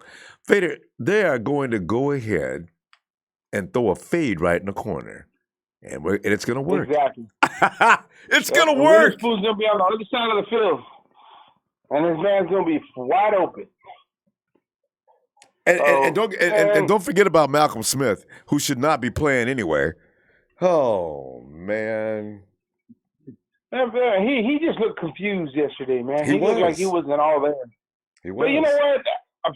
Just talking about the defense side of the ball, I get everybody's key points, but at the end of the day, dude, he's the defensive coordinator, dude. It's Robert Saleh. I mean, we were doing so fantastic, and then the camera, I'm like, man, where's Robert Saleh? Is he in the booth? Are we going to play well this week? Next thing you know, there he is on the fucking sideline. I said, son of a bitch. And next thing you know, here comes the Giants marching down the fucking field. And then Witherspoon gets burned on the thing. We all know he got burnt. He's over there trying to figure out. He thought he had help on the top. That rookie safety was pointing, hey, back off, man. Don't play him close. Back off. He's yelling for his life, man. Next thing you know, Exum takes off running because he knows that he didn't back off. and we got burned on the play. But did you see Robert's face? The camera kept panning over. Yeah, Every time the yeah, 49ers screwed up, the camera would pan over to Robert Saleh's face. He looked like somebody peed on him. I really feel bad for him sometimes. No, he was like he's shitting himself. He's just shitting himself. And he's like, man, hope nobody can smell it. Oh. Hope nobody can smell it. Yeah, and then what really pissed me off, man, yesterday on the defensive side of the ball was after that play happened, you had the defensive assistant coach, you had Richard Sherman, and you even had the Exum going over there talking to Witherspoon, explaining what he did wrong, showing him what did. Where in the fuck is Robert Saleh? Your man's not even on the field. The offense got the ball now. Where the hell are you, man? I mean, I understand you don't need to yell at them. Everybody's a grown man, you know what I mean, on this team. And the thing is, I've seen a lot of flashes. I mean, I think we got a pretty good talented squad. And what kind of puts the icing on the cake is, I don't even know how to look at this man every fucking morning, man.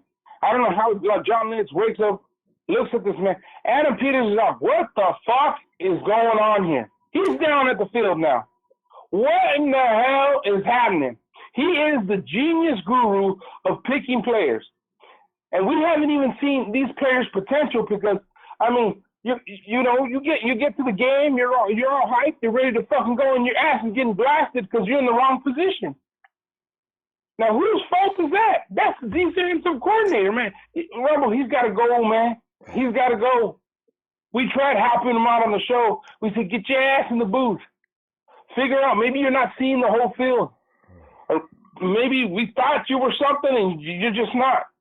I'll tell you this, man. If we had Vic Fangio with the same fucking squad we have now, we wouldn't be looking like this. No blitz. We blitzed once, and we got to fucking Eli. Yeah. All week they were talking about how Eli's so soft, man. You just touch him, he'll fall down on him by himself. But you got to touch him, though. We didn't touch him. Eli had all day. What, Ronbo, I'm screaming at the top of my lungs right here in the man cave, man. Where the fuck is Blair? I mean, Buckner can't do all the work, man. They wouldn't let him play. Hey, Ronnie Blair, they kept Stan. Why? I don't know. They insist on thinking Solomon T is going to come around. No, but the thing, and then when they don't have Solomon in the right position. They put Blair in there. When was Blair and Buckner in there, man? They're fucking beasts. And here comes Mosh cleaning it up. Or here comes Fred cleaning it up. I didn't see none of that. We should have just played the same fucking plays we played against the Raiders, and we would have won yesterday. I'm pretty sure they did, though, Vader. You know what? I'm pretty sure they ran the same plays, and they probably thought it would be effective. It wasn't. Yeah, but it's just depressing, Ronbo. I mean, we're back to Kyle Shahanan having his fucking head up his goddamn ass again. Selleck is on the sidelines dressed. Not one one wrinkle. Come on, just run a 2 tight end set. One fucking time. You got the whole middle of the field. They're all looking at fucking Kittle. Vader, let me ask you a question. Just give me one. Vader, let me ask you a question. Were you in favor of letting Vance McDonald go? Yes. I was. I'm holding all of you guys responsible. Vance McDonald is raising pure hell in Pittsburgh. Vance McDonald, I'm telling you right now, that was a mistake. A mistake. It was a mistake. But somebody said we got a 5th round pick, and it was George Kittle. But what does it matter, Ronbo? It doesn't matter if we got rid of him. We could have the baddest fucking players on the team. Say we had the same fucking lineup the Rams do. I can't run a 2 tight end set. They're not set up to play correctly. They're not put in positions to fucking win. You was talking about 2 tight and then you got that fullback that we paid all that fucking money for, and you're expecting to block 85% of the fucking time. We're trying to move the fucking ball down the field, man. Brady's not the size. He's not a monster runner. I mean, come on. Jesus Christ. Everybody can see it on the fucking field. Open up the fucking playbook. I don't know what he's doing. I'm running my campaign, trade, and get Vance McDonald back together with George Kittle, and let's go to the Super Bowl. I'm telling you right now, that 2 tight end set would be devastating. But why couldn't we have Selleck out there? Selleck? After he Selleck, dropped that pass Selleck is in a against City, doghouse. it's like, Hey, Selleck missed that touchdown in that game against Kansas City, and Kyle's been mad with him ever since. He ain't played. He made that one mistake. Yeah, Ronbo, but he made that one mistake, bro. And you got these motherfuckers making mistake after mistake on every play, and you don't see them in the fucking doghouse. Give them a chance. I mean, that 2 tight end set, we would have whooped some ass yesterday. I got the feeling like maybe I don't want to make Nick look that good. It feels like he's fucking tanking the season. I know we gotta go, bro, but it's just frustrating, Ronbo. It's just the thing is, I mean, us as Niner fans, we got time, money invested in this fucking team. I know, and emotions. On the fucking field. And the emotions. You got a kid out there that's fucking practicing with headphones on, and you're not giving him the prime opportunity that he deserves? It's just fucking bullshit, man. It's just bullshit. I heard you get rid of the whole front office, man. There's a question here for you. We fucking suck anyway. You're rid of everybody. There's a question here. There's a favorite. You're in Oxnard, right? Yes, sir. Yeah, and I Easy gotta the hear Third. these taco-eating motherfuckers talking about, hopefully. Easy the Third was. There's somebody on chat asking, is Vader in Oxnard? Yeah, he's in Oxnard. Yes, Easy the Third wants to know. Easy the Third is probably in Oxnard too. I guess that's why he's asking. Oh, Izzy saying, shout out, baby. Yeah. Niners for life, baby. Man, we're in the Ronbo show, brother. But hopefully we'll see what happens after this bye week. But yeah, I know. I don't see us. I don't see us winning any more games. I think we're done. No. There's going to be some adjustments made during the bye week, and some people are going to get the papers handed to them as far as starting. Vader, we got to go, though. And all right, brother. I'll look for you later on this week. Shout out to Trez, Yeah. Trey, everybody else in the Niner Empire, Nighthawk, fan club. Everybody that's out there, love you guys. I love the show, and thank you for putting the cat on there, man. That was the most entertaining of the whole fucking game yesterday. When you see MC Niner out there hosting the Ronbo show during the fucking game. That was one of MC's ladies. Ronbo. Yeah. It brought a little joy to me. I didn't see an MC Niner out there, man. It brought me some fucking joy watching this pathetic team. That's one of his little light complexioned girlfriends. That wasn't MC. MC's. It wasn't MC. Oh, that was one of his girlfriends. Oh, man. So, somebody's getting lucky. I know it ain't us. All right, man. I'll see you later on this week, huh? Oh, you doing Thursday? Yeah. You doing Thursday? Right. All weekend as usual. Yeah. Okay. All right, Ronbo. Let it go! Yeah. Radio Ronbo Sports. You guys have a good night. You too, man. Oh, man. And hey, Tony. Come on in, Tony. Tony. Tony, where you at, man? Tony? All right. Tony may have had to go do something else. All right. Because I'm telling you, man, I'm still mad about Vance McDonald, man. I'm bringing that up. Vance McDonald, man, he drops the ball. Vance was not dropping the ball that last year. Vance was one of our best receivers. And by still, in that game, Steelers. Hello? Tony? Ronbo. Yeah, hey, Tony. What's up? I'm sitting here whining about the situation we're in. Oh, Tony, by the way, I saw your video, you bothering your sister. I thought that was pretty funny. Oh, yeah. Yeah. But, yeah, I'm tired of the same mistakes being made week after week. And it's not the offense, because I'm rather impressed with Nick Mullins. But I'm defense. Yep. Why can't we iron these things out? I don't understand. If it were a different mistake, I could understand. It's the same repeat, rinse, and repeat mistakes. I don't get it.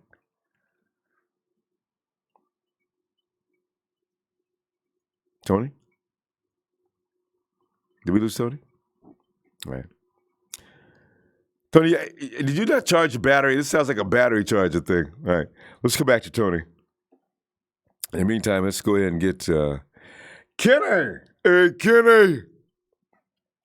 What's up, Ronbo? Oh, Kenny, man. We're probably they're going to hear about the questions in the front office, because I figure if we're asking, a lot of people are asking, but the media's already been asking, what's going on with you guys' defense?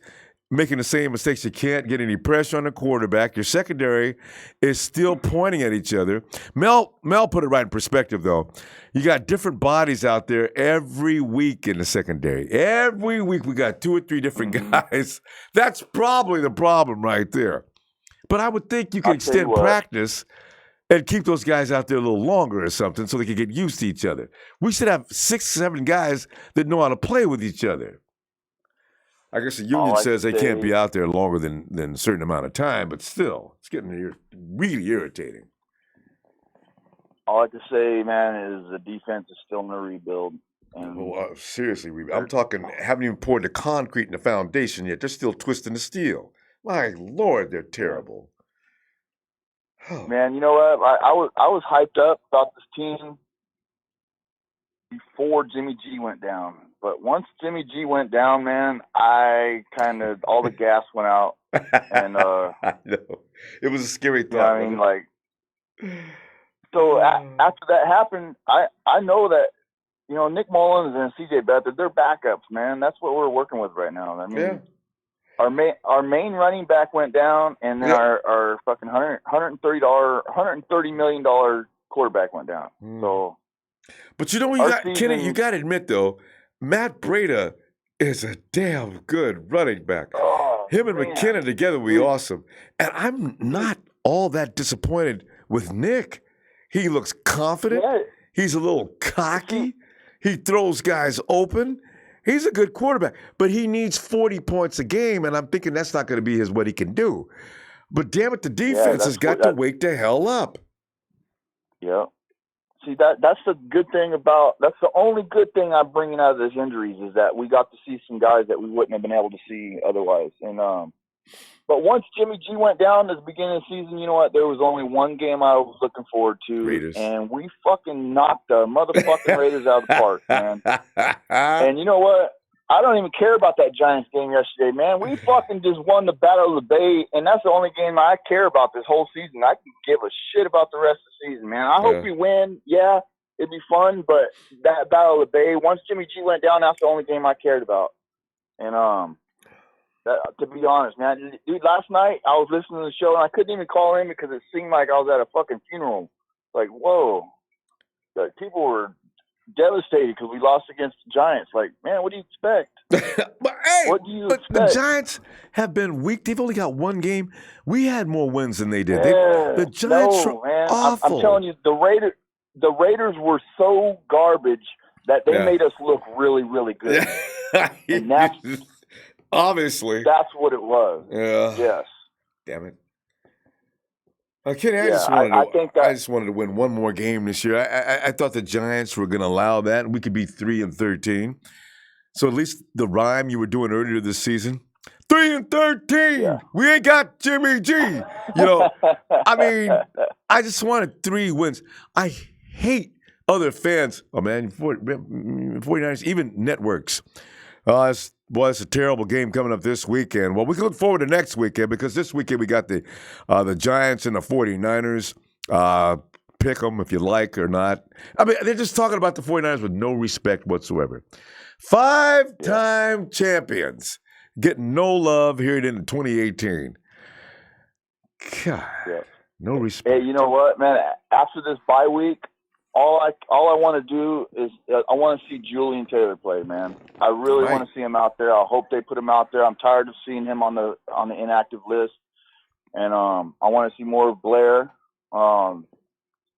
And as far as our secondary goes, man, I think we got a long road ahead of us. I hope Sherman still has a couple more years left in him to where we can get some guys out of the draft. I hope he still wants to play with us.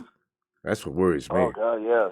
He could say, guys, I need to just be honest with you. I haven't got a lot of time left in my career, and I'd really appreciate it if you could trade me to a team that's already pretty much ready to roll.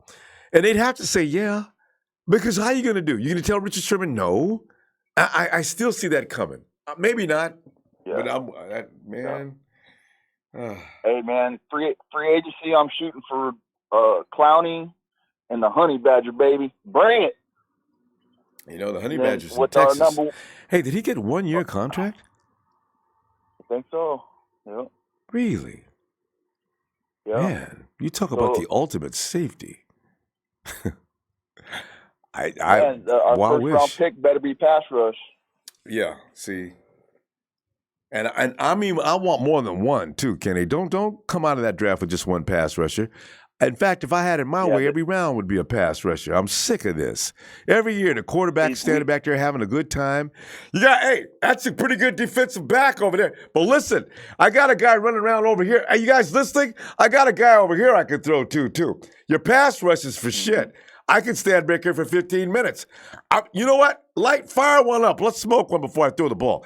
I'm sick of that. Come on. Dang it. Get that quarterback on his skates. Our team has to seriously go hard in free agency this year. They have to, because we only have 6 picks in the draft.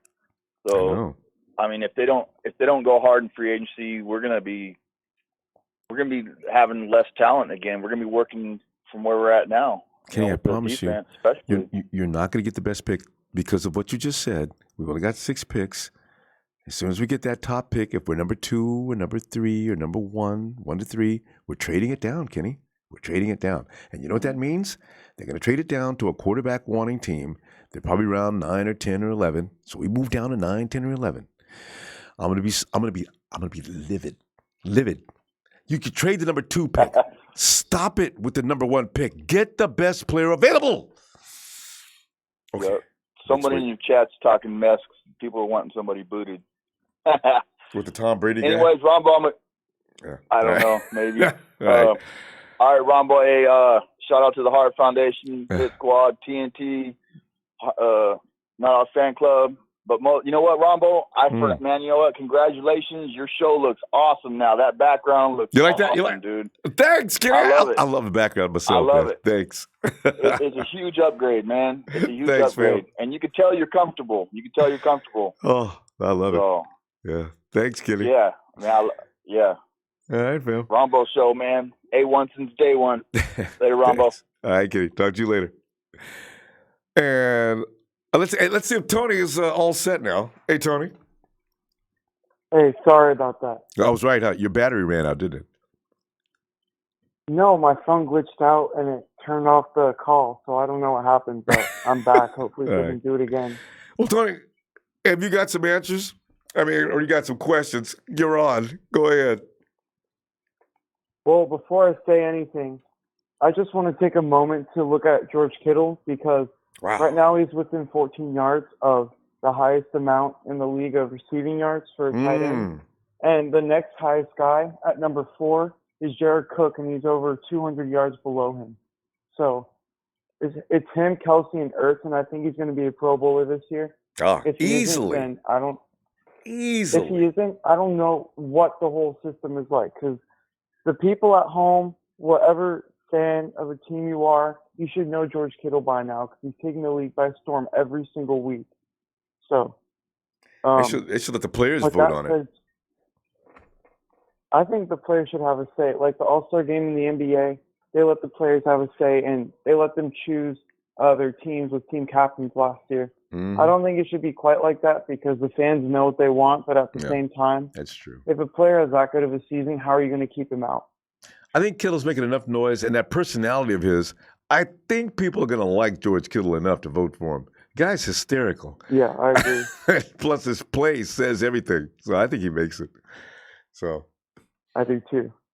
So I hate doing this, but we have to look to the draft right now. I don't think it's smart to pick up an edge rusher in free agency only because they're going to be asking for $18-19 million a year. True.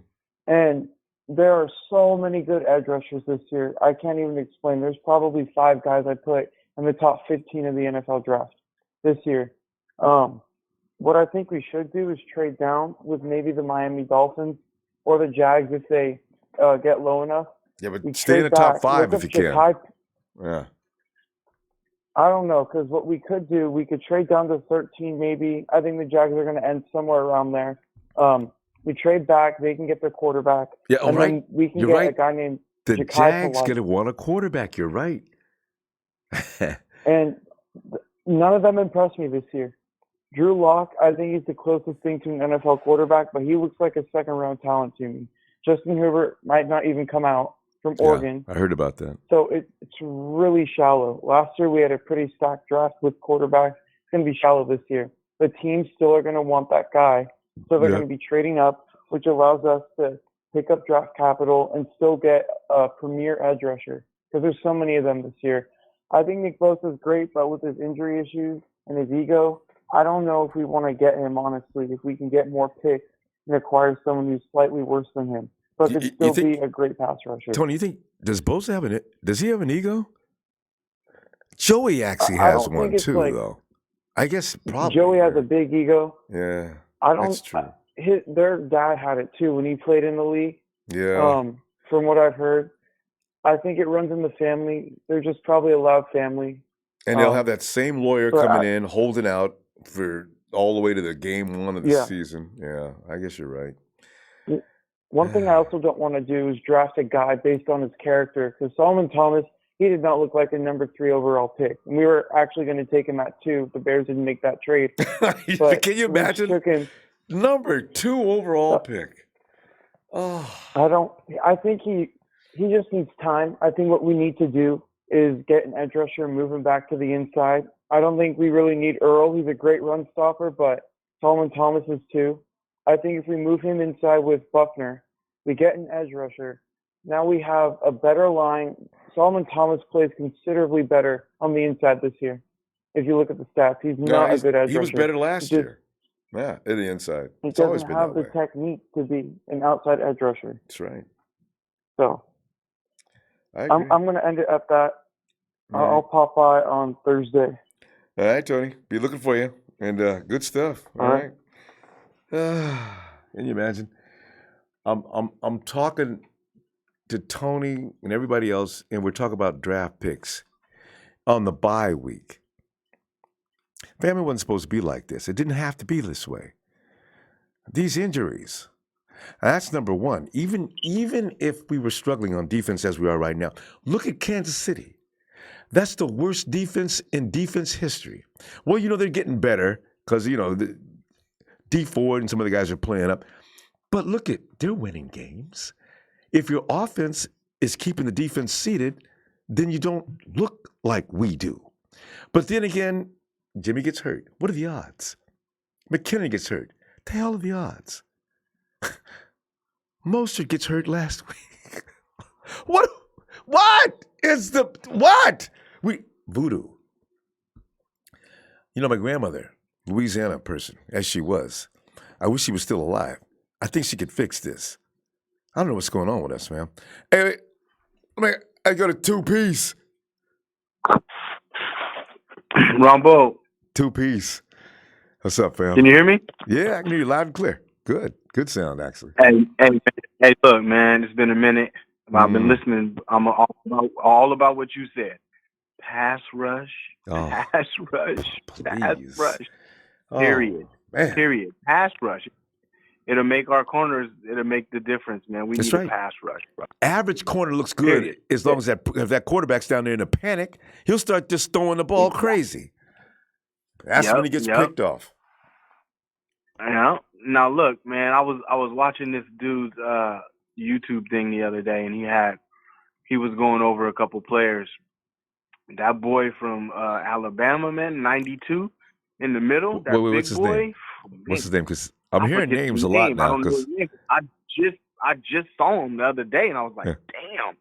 He's a big dude. He plays in the inside. He's D-line. Again, I don't want to draft a D-lineman, but it's like who he looks like? He reminds me of a dude from the Rams in the middle. What's his name? Ndamukong Suh or Aaron Donald? No, Aaron Donald, man. I mean, the guy is violent. Yeah. He's violent. He's quick. Oh man, this dude. I'm like, that's the guy they need to draft. That dude in the middle, being disruptive like that, and they can get some. They can get a edge rusher later in the draft. But shit, man, not too much later though, because if we don't address that this year, it could be 3 years struggling. 3 years. Can you imagine that? I don't want both of them. I don't want both of them. A lot of people are saying that about Bosa. You guys go. I was for Bosa. I'm gonna climb off that train to see what's up, because everybody can't be wrong. I'm going to go check what's up with Tony just explained he's got an ego. He gets hurt a lot. I know that. I can see right now. He's going to come in with that agent that Joey had, and coming up to game 1 of the season, they can still be talking about their money like they got a right to. You know, I like Cleveland Farrell anyway. So Farrell, where are you from? Clemson. Yeah. He looked good. Yeah. But you know what, man? You know what? I realized I was listening to one of the ex-Niners. I forget his name, but he's on after the game here in the Bay. He comes on with Dante Hittner. Oh yeah, he was on 49ers after show here a little while back too. Yeah, but what'd you hear? He's good, man. Yeah, he's good because he said, look, what they doing. You know, Saleh, he got his program, but they don't have the right players for the fucking defense to start, for the defense that they're running. He said that you gotta run your defense based off what your guys do good, not just put anybody in the system. So he was like, they're doing the wrong system for the personnel they got, and I'm like, he's kind of right. He's kind of right because they're always out of position. They're doing the wrong things. We can't get a consistent pass rush. They need to run, some different things off the things that he's doing. Just switch it up. But I don't know. He doesn't have the versatility to do it, or what? I don't know. But you know what, two-piece? Next year, I'm hoping to take a good look at Katavius Street. Look at Lawrence. I mean, look at Taylor. What's his first name? Look at them dudes that are designed. These guys are a stature that they're fast and extremely strong. They can get leverage. This is what you got to do in a 4-3. You have to destroy that offensive line. They're not destroying the offensive line. They're getting destroyed. Everybody except for Buckner. Yep. I mean, they got one piece. They just need to fill in around him, man, Yeah. Julian Taylor is very violent. Katavius Street is as strong as a horse. I got a feeling those are the kind of guys you need for the 4-3. Now, you get a guy that comes off the edge like he's lost his mind, that may be all that's needed. Man.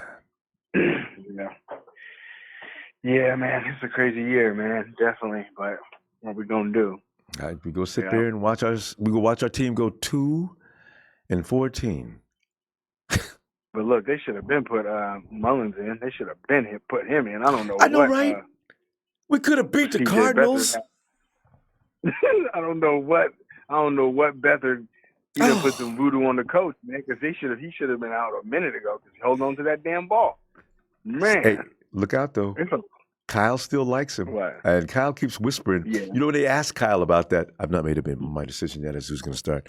But today, somebody must have told Kyle, stop telling people that you've not made your decision. If you bring CJ back out there, you're looking to get your family. Anything could happen to you, because CJ is not ready for prime time. He needs to sit and learn for a complete year from beginning to end. Nick, you can see, has a confidence. He has a wherewithal. He can be put in that position. He won't be perfect, but he'll be okay. And in fact, I think Nick's going to be very good in a couple of weeks, to be honest. So, stop clowning with that, Kyle. Hey. I think you're right, man. No. But anyway. Well, two-piece. All right, there's one more dude that. Huh? Go ahead. No, I was going to say we're going to go, but I'm going to look for you this week. You go ahead and make you one more point. Go ahead, because I interrupted you and went on my rant. Go ahead. So have you seen at all that the D lineman they got over there in Houston? He's a small school guy, but he's pretty quick. He looks kind of good too, man. Oh. You seen him? Oh, everybody was talking about him before the draft. You talking about that guy who got drafted this year? No, he's coming out this year. And I thought you talking about already playing with the Texans. Houston. Yeah, no. D lineman, no, he's a young cat. He looked pretty. He looked good too, man. Yeah. Okay. His name is Ed Oliver.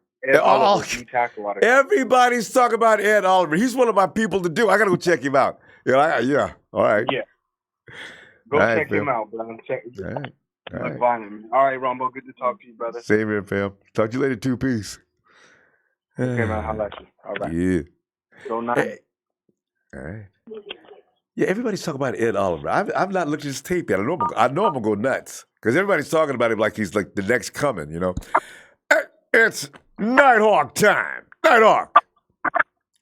What's up, Rambo? What's going on? Nighthawk, man, we're sitting here still crying about last night. You know, we most of us thought we was gonna win that game. When we know we're gonna lose, it's okay. But when we know we got it made. Giants got Eli Manning back there. He's on his decline. Eli ain't got no mobility. And we just knew we could stop the run. Saquon ain't going nowhere, and he didn't. And they beat our ass, Nighthawk. They beat it anyway. 1 minute and 30 seconds, 1:45, beat us up. Took the game away from us. God. Yep. Got lucky. Oh. Man. Beat the Raiders, it feels so good because winning feels good. Coming in next week, we got another chance to win 2 in a row. Let's go. Lost. Found a way to lose. Found a way to lose, should I say. Anyway, now we got Tampa Bay coming up after the bye week. That's another team we should beat. All these games we're supposed to win. All of them. Cardinals, Giants, and Raiders. That's 3 wins right there we should have. Tampa Bay, that's 4. Watch Tampa Bay run us off the field. God. Anyway, I'm just going on. We could beat Tampa Bay. We'll beat them. But what do you think of that? Hopefully. Yeah, we'll beat them. I got a feeling we'll beat them. Well, we had the lead, but I don't know. I was so upset, I turned the TV off. A lot of people did before that play. I said, fuck, not watching more. Yeah. It was terrible. But we got a second round pick, so I don't know, Nighthawk. We you know what? Watch us all of a sudden for no reason start winning. And them surprise wins. Nighthawk, the minute the defense stops doing the wrong things that they do, and I'm not even talking about so much the rush. The rush is going to have its good days and bad days. But the secondary is what's getting smoked. And them running around pointing at each other after the touchdown has gotten on my last nerve. So I'm thinking at some point they're going to stop pointing at each other and know what their job is. See? And when that happens, the 49ers are going to start winning games because that's how they're losing. Because ain't nobody running on the 49ers. They don't allow it. Quarterback gets too much time to throw. But still, those guys are in position to make plays out there in the secondary, and they're not making them. Except for Rich, and they don't throw at him. Yep. Anyway. I don't know what's going on with this. But like I said, what happened to Nighthawk? What happened to MC? I don't see him anymore. MC, I'm thinking MC. He may be rooting for another team. I'm not sure. I haven't seen him in a long time. He may be back though. If we win 2 games in a row, MC told me after week 1, win 2 games in a row, Ronbo, I'm gonna come check you out. And we haven't won 2 games in a row. He would have been here this week had we beat the Giants because we would have won 2 games in a row.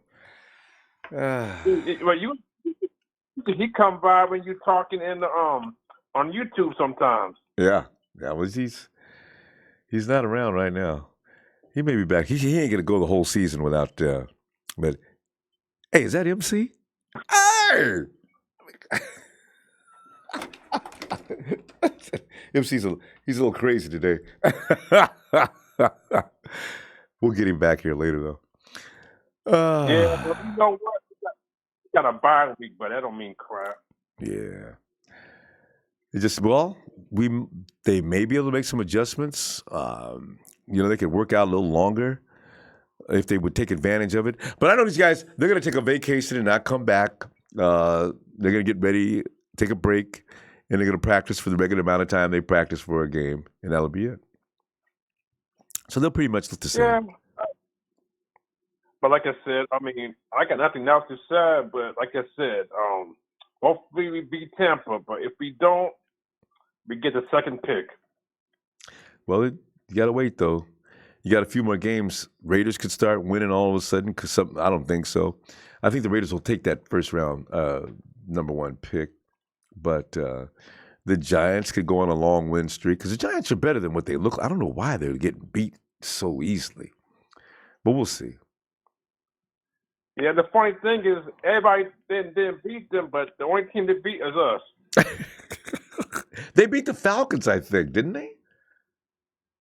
No, they didn't beat nobody. No, they got 2 wins, the Giants do. Yeah, they got 2, but... Was it the Washington Redskins? I don't know. They got 1 more win. I'm not sure. Does anybody know who the Giants have beaten 1 team already? Who is that? Anybody know? Packers not beating Saints in the NFC Championship. Boy, that's true. Packers, I don't even think they're going to get to the NFC Championship. 49ers can still win the rest of the games except for the Bears. They're hungry for us. You know what? That's a game I'm scared of, man. The Bears... Ooh. The Bears haven't beaten anybody yet, though. It could be just them. But anyway, we'll see. It might be us with the win. Yeah, the Bears might fly. Khalil Mack will be all over us. But hey, maybe not though, because our offensive line don't play that no more. Ain't no guarantees Khalil Mack will beat up on nobody. All right. Anyway, tell you what, Night Hawk. Oh, we play the Texans. We were talking about it a second ago. Is that where? Yeah. Okay. Oh, they beat. Oh, that's right. The Giants beat the Texans. That's right. All right. Anyway, Night Hawk. Yeah. I would give you a shout out, but my throat is tore up from yesterday. So I'm gonna see you this weekend, huh? Okay, man. All right, Night man. Hawk is out. Yeah. Have a good night, Night Hawk. Yeah. Hey, let's go check out Sheik.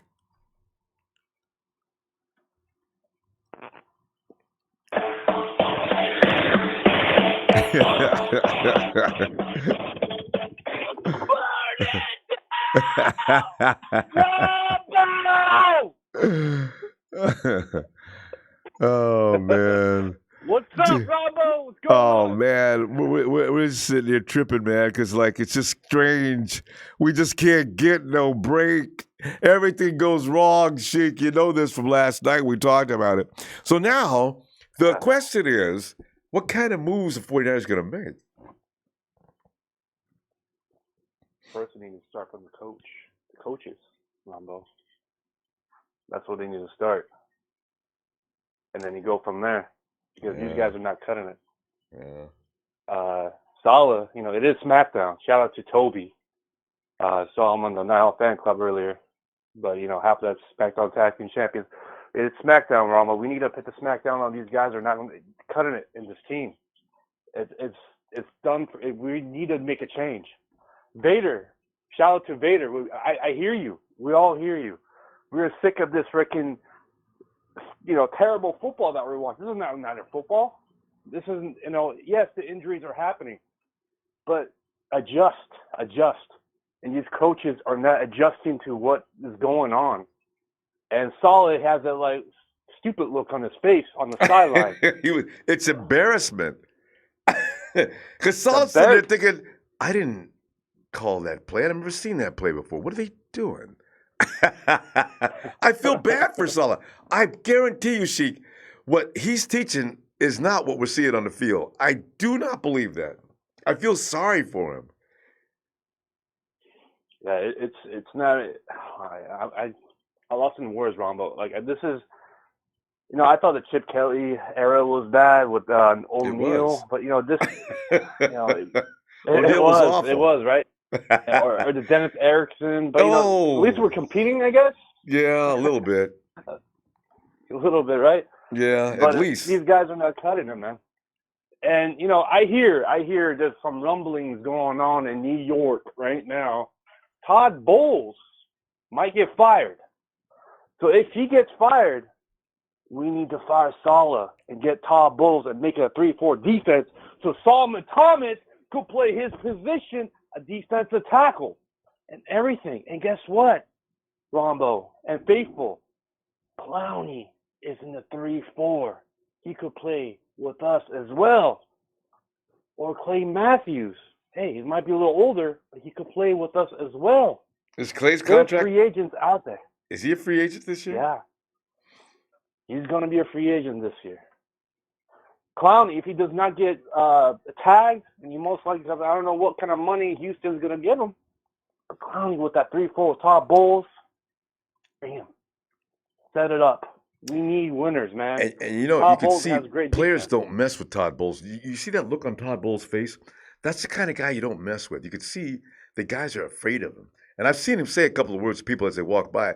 They don't stop and argue with him. They don't say anything. They keep moving. That's, man, that's the kind of respect you got to get. And another thing, Ronbo, Todd Bowles knows the NFC West. He knows all about it because he used to be the defensive coordinator for the Arizona Cardinals. I know. And he reigns havoc with Khalil Campbell and the other guy, I forgot his name, that we had but he was terrible for us. You know, he knows Patrick Peterson, so he knows these guys who are currently in Seattle. He knows them, and he's been around. He's been in that tree, I believe, with Bill Parcells' tree. I think he was in that tree. Ronbo, it's time for what's that? No, that's one. Is he from Parcells' tree? Because I never thought about that. Todd. Yeah, he's in the. Because I was watching Monday night, and they're doing a Parcell and actually it was a pregame show on NFC Bay Area, and they're just showing that Todd Bowles is in that tree. So I really think we need a defensive coordinator. I think Saleh, if he doesn't switch anything up, and he has not for how many weeks? It's been 10 games. But he has not done anything. but in his defense on that, if you were Saleh, would you teach them anything else? They're not learning this. I would be really, really worried about guys. I'm telling them all the time the same thing, and they keep coming back out and making the same mistakes. I feel bad for Saleh. There's no coach in the league that's not going to address that. He's probably saying as they walk out the door, guys, tell me you get it. No, don't just say it. Come back and sit down. I want to talk to you guys a little longer. I would have those guys. It'd be 3 o'clock in the morning, and they'd be begging me, Coach, let me just go home. Oh, I'm not sleeping at night anyway because you guys are playing like shit. I just want to know. You know who gets the blame when you mess up? Me. So if you don't get it, let me know now. They'd be so tired of me. They'd start playing a lot better. Damn it. You know the problem about Saleh is, Ronbo? He's a yes man. You think so? He's not he does, yeah, you can just tell from his face. He smiles a lot. He doesn't have no aggression. He doesn't have Todd Bowles or some guy that just gonna the Greg Williams kind of type. He's not I'm gonna put a stamp on it. He's gonna be yes, okay, but if he was not no guy like Greg Williams or the other defense coordinator out there, he would say, I need players in this team. Like Michael said, I need winners. Can't win with them. Can't do it. Right? Yeah, so that's true. Go bring in Julian Taylor. Go get some guy off the street. John Lynch. Go get that guy. Get that guy. I want the old John Lynch back. I want that crafty trade guy making wise moves. What happened to him? He needs to get it seems like they figured him out from last year, Ronbo. When that made that mega trade, gave some picks and this and that. After that, he's been quiet. He needs to come back. John Lynch needs to come forward. If these guys, these coaches are not coming forward, John Lynch must make a statement because Jed York is he's on the back cuts. He's just sitting there watching it. John Lynch is the main guy. If he doesn't make any moves next year in the free agency, we have a problem. We've already got a problem, Sheik. We need dogs. We got to stop, though, Sheik. I tell you what, I'm going to look for you this weekend, and And we'll think about what's there may be something good may happen between now and this weekend. Who knows? All right. Yeah. All right, see. Movement, Appreciate man. you, fam. But anyways, guys. Baseball! Hit that like! MC Niner! We need to see you on the cam. Hit that like, hit that sub, hit that share. Hey, even email, Gmail, Ronbo Sports, if you want to have a question or any information. There you but go. Guess what? It's Night true. Hall Fan Club. Let's go. We All love you, right. Ronbo. Get him in here. Thanks, Sheik. I'll talk to Get you in later. here. We need Cam. Yeah. Later, bro. All right, Phil. And Big Show, Earl. It's a big show. It's a big show on tonight. Come on in, Show. Come on in. Show's the, hey, by the way, Show, I just want to say, Big Show's a guy who knows where the best college players are. I'm checking out, man. Hey, how do you feel about the Oliver guy in Houston? Everybody's hot on him. You seeing the same thing? Yeah. Right. He's a lot better than Vita Vea, I think, honestly. Ooh, now that's saying something. Yeah, I got to go check him out. Ed Oliver. Okay. But Show, what's on your mind? You know, another guy that somebody is sleeping on is Lovie Smith. Oh. Hey, For I thought possible Lovie was at a university Robert right now. Saleh.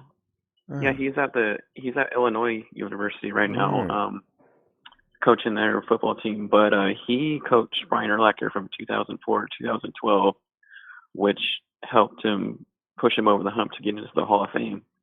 You know what I mean? So that would be a perfect candidate to replace Saleh, I think, and bring in really top-notch, talented defensive players on our team. And he would be a really, really good recruit as well as far as bringing in players too, you know.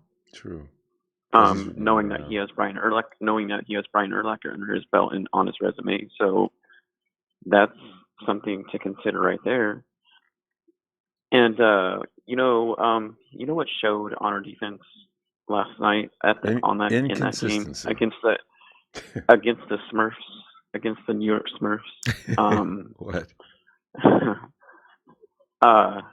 Is youth and inexperience. Oh. You know, we laugh at the Rams for signing all these players, but it's working for them, Ronbo, and we need to do that. We need to go aggressive. We need to go hard in free agency next year and sign experience and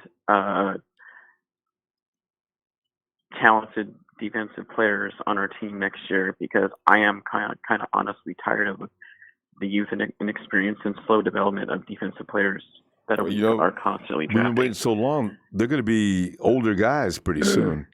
I mean, how old is Jimmy Ward? Yeah. He's got to be at least 26. I mean... Yeah, DeForest Buckner's not that young anymore either. Yeah, too, they're going to... Right. But I guarantee you, if we had Patrick Peterson right next to Richard Sherman last night, they wouldn't have been throwing Odell Beckham Jr. in the red zone very much last night. Yeah. You know who's going to be? You know who's going to be available? Big Show. I mean, I want to just ask this one question before you continue. You know who's going to probably be available next year? I have a feeling that Marcus Peters is out of LA next year. Marcus Peters, first of all, is not as good as I thought he was. He's getting smoked every game. Do we really want that though? And he's coming off an injury. Huh?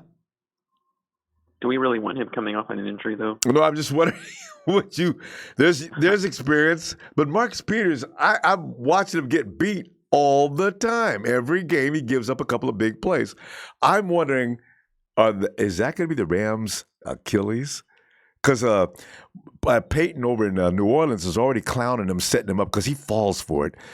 So Sean Payton says, "What would you do this, that?" Marcus got mad. That table's already set. If the Rams see the Saints in the playoffs, they're going to go right at Peters, and he's going to implode. He's so easy. Yeah.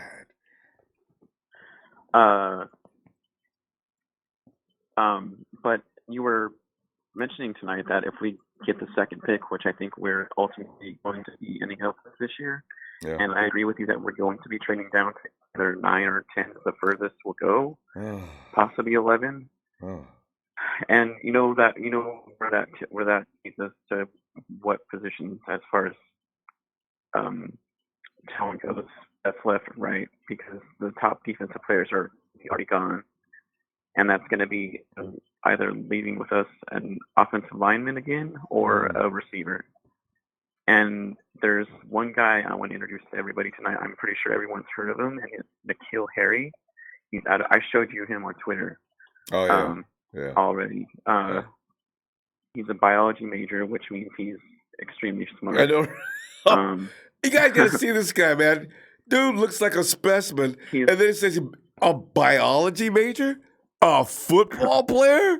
Really? And the dude is just a pure freak of nature. I mean, he's way better than Odell Beckham Jr. and he's top notch. Whoa! Show. Wait. Brown. Repeat what you just said. I want to make sure I heard what you said. Let me repeat what I thought you said. I think he is potentially way better than Odell Beckham Jr. Oh, is that even possible? He's 6'4". Marvel, go watch this film, man. I gotta watch it now just because of that. Seriously. Oh my God. Way better. He's Jesus. He's 6'4", 200.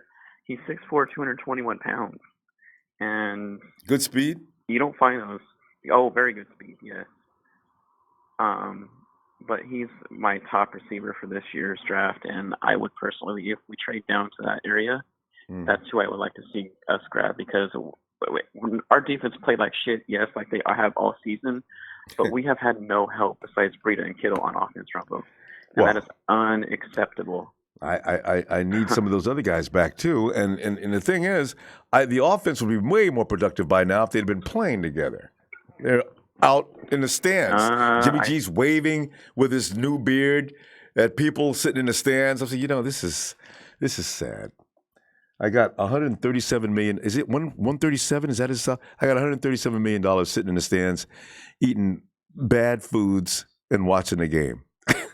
Good God.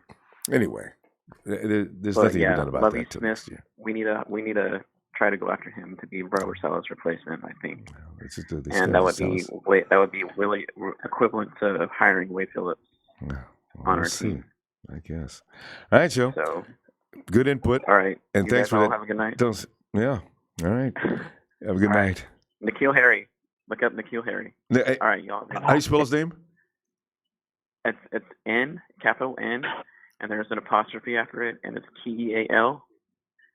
And his last name is Harry, Harry. He's from Arizona State University. Because I've already got it on Twitter. I just want to make sure anybody who's watching has got that. All right. Thanks, Joe. Talk to you later. All right. Good night. See this guy's way better than Odell Beckham Jr. I just got to see. As we ride on out to the Duke, it's Steph. Come on in, Steph. Ronbo. Steph. How you feeling? Oh, it's like as you are feeling right now, it's like an embarrassment. We're going to be walking around with bags on our head probably within the next 3 to 4 weeks if we're not careful. Yeah. Well, I was watching you last night, and man, I felt your pain, Ronbo. I was cracking up though, because now Ronbo, it's just all a joke to me. I mean, it is. If the secondary is just going to treat it like a joke, I'm going to treat it like a joke. It's hilarious. They're not serious. Why should we be serious? I hear you. God. And it's so funny because we care so much, and this is what it just pisses me off. I know. And we expect. I just knew they're going to beat the Giants. I mean, well, come on. I mean, the Giants. That's my uncle's team. Is the worst part. I bet he gave you a phone call, didn't he? Oh God, it was bad. I'm like, come on, you have congrats. You got us up on the draft board. Thanks. Yeah. But anyways, I love Ahkello. I had a lot of confidence in him. I'm not quitting on him yet, but I'm at that point where I was with Dante Johnson, and that's terrible. Yeah, I know. But Ronbo, Aaron Rodgers did it to him. Mm-hmm. Eli Manning did it to him. Mm-hmm. You got to learn. They picked on him back to back? Did Josh Rosen do it to him too? Hey, you know what? I want to go back and look at how many times this happened. You might be right. With Chris. I think with Kirk. Josh Rosen and Christian Kirk, right? Yeah. Okay. Because I was at that game. I went to that game, and I walked out miserable. Well, yeah. So I can remember. Came all the way from New Mexico to come in and watch that. And you probably knew that was a safe game to come and watch. Yeah, it was. I was like, okay, cool. I'm going to leave it to win. And, yeah, nope. I was wrong, wasn't I? Yeah, very wrong. There is no easy game. Tampa Bay, we can't assume that we're going to win that game. Tampa Bay is also just Ronbo, awful.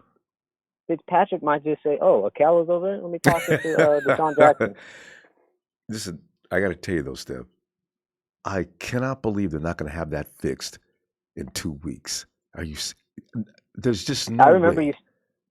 Do you remember yourself saying by week 6? But I did. I was on the same page as you. I admit. By week 6, and I was on the same page. Week 6, week 7, we're going to look like a real football team. And, I know. I said it. I know I said it. It just really comes back to haunt me because I now know. And you know what, Ronbo? It's Robert Saleh getting all that confidence, pure violence, extreme. Oh, shut up! I'm over it. No, pure violence. You know what I call it? It's what? Extreme confusion. That's what it is. No, Steph. Though, how do you stay confused at this point in the season? I don't get it. I mean, I'm not on the. I'm not fully on the Fire Saleh wagon yet. But I'm not. It's not yet. I didn't close the door on it just yet. He has a couple more weeks to play a couple more bad offenses and prove to me that he can make adjustments and put players who need to be in there. Or at this point in time, just put players that have potential. Just a rudimentary knowledge of the defense. But this is what I don't understand. Now, I understand not playing because they got, people getting hurt, and there's a new guy out there every week and two guys different that haven't played with each other. Yeah, that's true. But still, guys, your job as a free safety is this, and your cornerback, your job is this.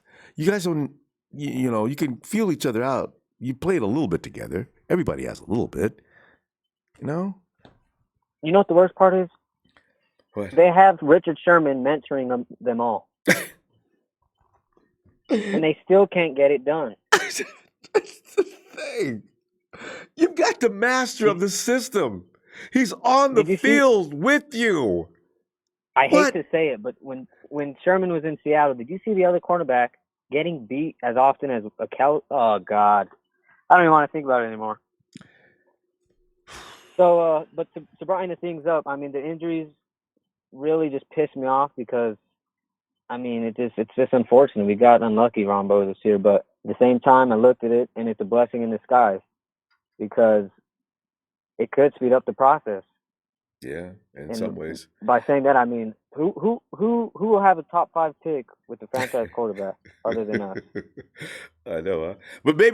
But there's no quarterbacks available this year that you'd want to trade up for. I mean, they got that one guy. What's his name? It's rumored that he's not going to declare this year. And the other two guys are no better than what you're going to find in the second or third round, from what I understand. So.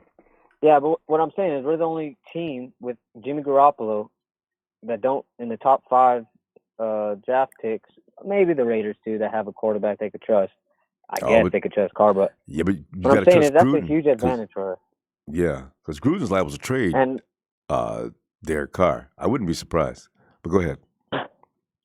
But yeah, I mean, with my pick, I know it's early, but I'm a huge fan. I like all the Ed Oliver?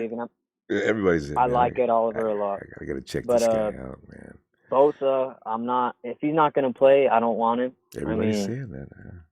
I mean, that kind of goes to show his character. Like he has nothing else. He has like nothing else to prove. You know what I mean? I mean, I don't really. So I'm all about LSU boy. Yeah. Put him with Sherman. Greedy Williams, cornerback, 6'2", 6'3". Everybody's talking about him too. And the 49ers may make that move just because nobody's expected it. Everybody thinks the 49ers can go for the edge, but with our scouts and the people that we got working, they may find an edge in the second round. We'll see. And I think Sherman's going to have to do a little bit with the draft. I mean, he might just make some suggestions. Yeah, Greedy. Look, man, Greedy Williams, he has it, so that'll help. Yeah. Just the thing is, though, I just want some pressure on the quarterback. I don't care how we get him, what round. Just get me some animals off the edge. And you know what, Ronbo? If we sign Jadeveon Clowney, I mean, that makes it. That could patch up a little bit of the problem. You can get greedy then. Notice that play on words. You can get greedy then. We gotta go, Steph. All right, I tell you Ronbo. what, man. I'll be looking for you later on this week, huh? It was nice talking to you. Always, Steph. Talk to you later. Try to stay up. Try to stay up with these Niners pissing us off. I know, right? I thought I'd get over it. I usually get over it in 24 hours. I'll be all right by tomorrow. So we'll see. Yeah. All right. All right, Ronbo. Have a good night. Night, Steph. You too. Razor.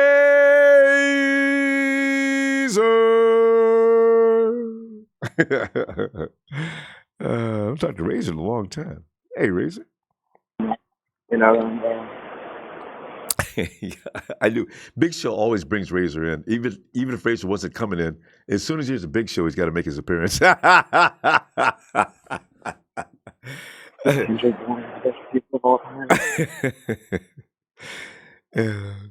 hey, what was it? Let me write that name down. What was the name of that player? What was it? What was Big Show's players of choice that he says is way better than his last name was Harry. His last name was Harry. Harry Chin? No. No. Something K apostrophe, I think. Something. Anyway, way better than OBJ. If somebody said somebody was as good as OBJ, no kidding. Or just a little bit less than OBJ, no kidding. But better? What? I got to see this guy. All right. Because he was right about Can't be better. He was Can't right be better about. than OBJ when you have. I can't imagine that. But he's right about Fred Warner. Remember? So I listen right to about him that. now. God, Ronbo. I knew you'd like that. This is what's come to, huh? 2018 is what's come to. Wait, I just realized what I said. I'd like to retract that statement. I may have went too far. His name is N. Keel. All right, N. Keel, Dirty Harry. And let me see that replay one more time. Well, I'm watching him on Twitter, and he can move. I'll give him that credit. Boy, that dude's jamming down the field. Let me see this catch. He did a one-handed catch. Okay. The dude is tall, too, and looks strong as hell. I don't know, Razor. He may have scouted out another star.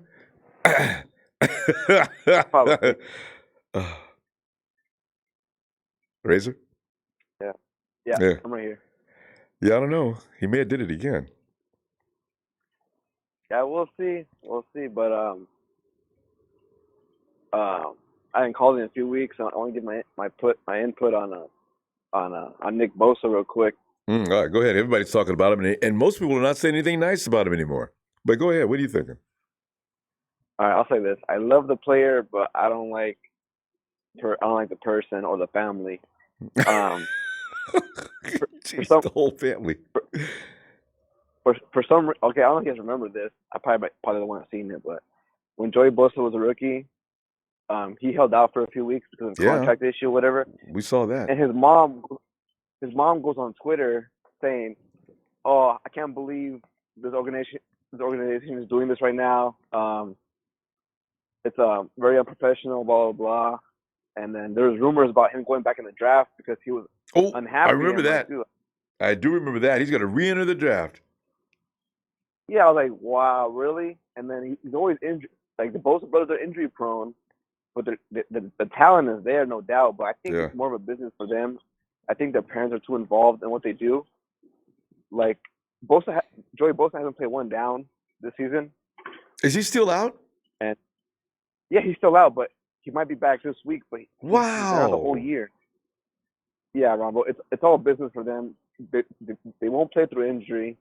They think they're the best, and I don't know if that's good for us right now. I think we need someone that's committed, you know?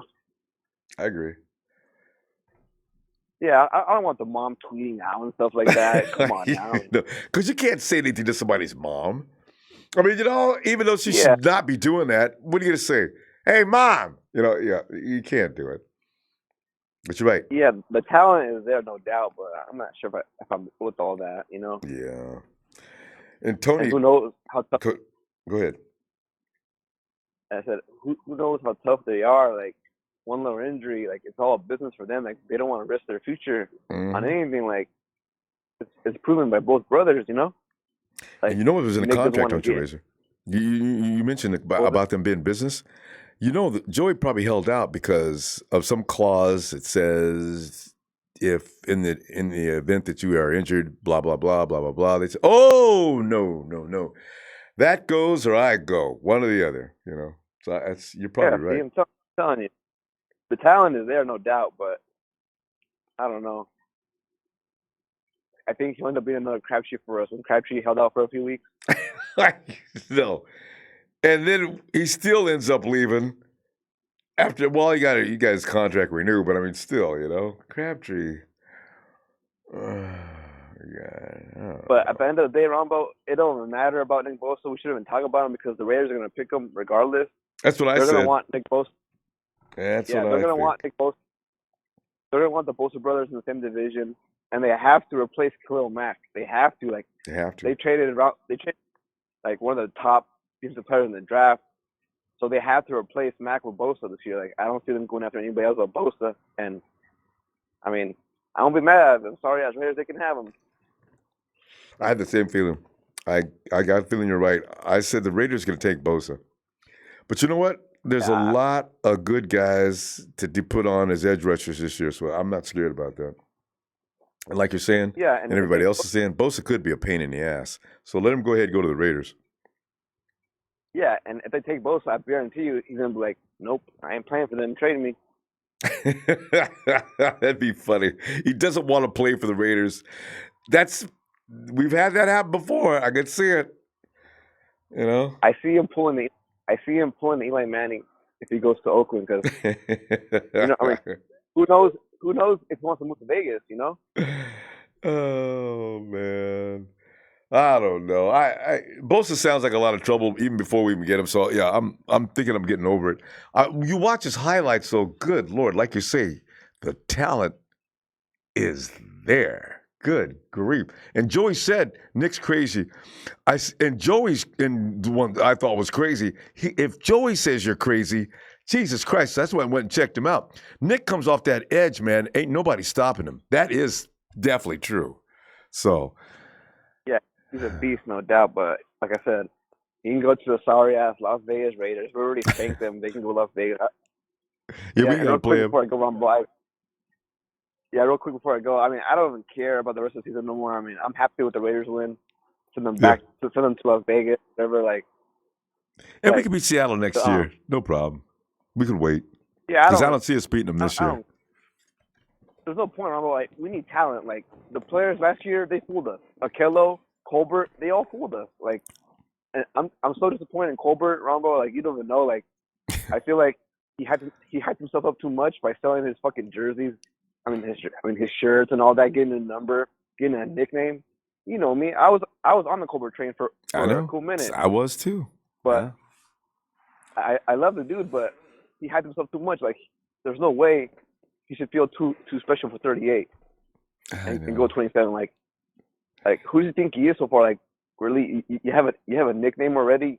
You're selling merchandise. Like, relax. Like, you played a few good games, and now this year you didn't do shit, and now you're injured for the year. So we need to fill that free safety spot is key because we have one safety up top. We run a lot of cover 3, so that position is important, just as defensive end and cornerback. Extremely important.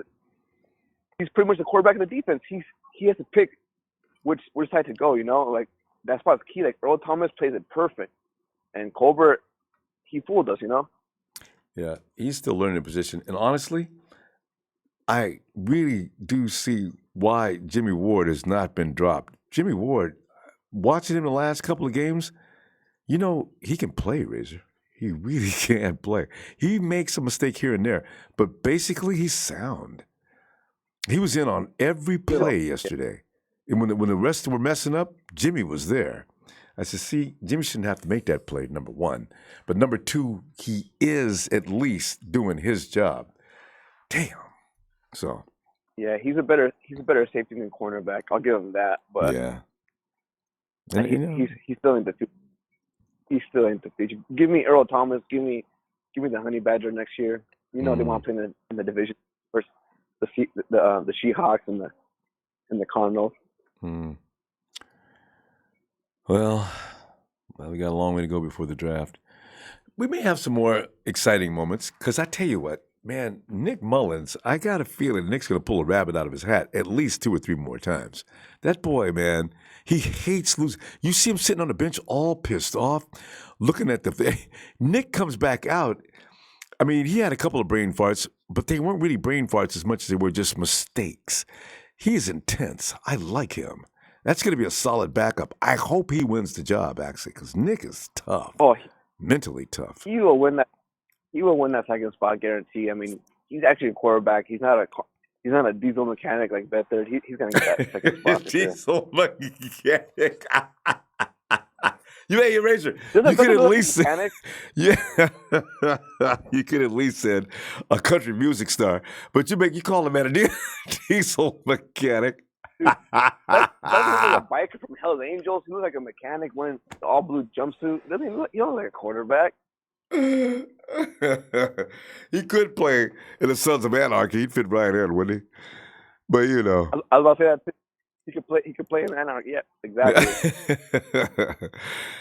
I like Beathard, though. I just wish he could catch on and process faster. It takes him too long to make up his mind what he's going to do, and by the time he does, the defense is right on his ass. Anyway, Kyle's going to work with him. I don't know. We'll see. He's a linebacker. He's not big quarterback. He is tough, though. There's no doubt about that. Yeah. All right, we'll put him no backer. Yeah. He'd be good, too. They couldn't hurt him. Hey, Razor, did you ever watch Super Dave Osborne by any chance? No. Oh, okay. Go to YouTube and look up Super Dave Osborne. That's all I'm going to tell you. And then remember what we were talking about CJ. I'll check it out. CJ is definitely Super Dave Osborne II. All right, Razor. I'll talk to you later on this week. All right, real quick, I'll give a quick shout out real quick. Go ahead. To Yamin. I heard, I haven't been on in a while, so I got to give him a shout out. Yeah. I heard him on the Stephen A. Smith show. Oh, God, again? that thing was hilarious. Is he still going after Stephen A? No, I mean on the first one. Oh yeah, I caught him on that one. Yeah. Dude, that was the Arizona sandpaper. Dude, that was hilarious. And Stephen A. tried not to let him talk. That was hilarious. Hey, Stephen A., you my old head. Stephen A. He tried to get the word in, and he cut Yamin off so Yamin couldn't talk. He said, "Look at Yamin's getting to him. We won't let Yamin finish." Yeah, I noticed that too. Yeah. All right. Anyway. All right, Ronbo. See you later, Razor. All right. Go 9. Yeah. So anyway, oh, by the way, in Tyler, I noticed you're looking for the numbers. We're going to stop now. That's why you have to wait till this weekend to get back in here. Anyway, fam, as usual, it's always a pleasure to get together and relieve this stress. Together, we shall overcome. Where have I heard that before? Anyway, we're going to have to win some games. You know what? I really do think that Tampa Bay could be the game. You know why? Just because the 49ers, they have to buy now. It's week 10. I could be wrong. And who was that they called me on in a few minutes ago? Stev. Stev says, remember, we said by week 6, they should get it? I'm saying, okay, by week 10, they should get it. Why? Watch after week 10. By week 14, they should get it? Damn. What is this? Stop. Stop it, Niners. At least stop doing that. If you don't understand what's going on and why your other guy didn't do what he was supposed to do, take it to the sidelines and discuss it. Stop pointing and throwing your hands up in the air and having a conversation walking off the field like, dude, I was supposed to be in B. You were supposed to be in C. We were supposed to, as a receiver came out that gap, you was going to go, don't do that. Don't do it. Niners, please, man. Come on. I'll see. I may come in even before Friday. If I feel like I'm going to talk, I'll be right back. You know, I was gone for a couple of days. Stay strong, fam. We're going to get through this. We are going to get through this. Before we get to the Lombardi, we are going to ride through this, and we're going to be better for it. Because this is all about love. We're still here. Everybody ain't. Some of us left, but not you and me, all right?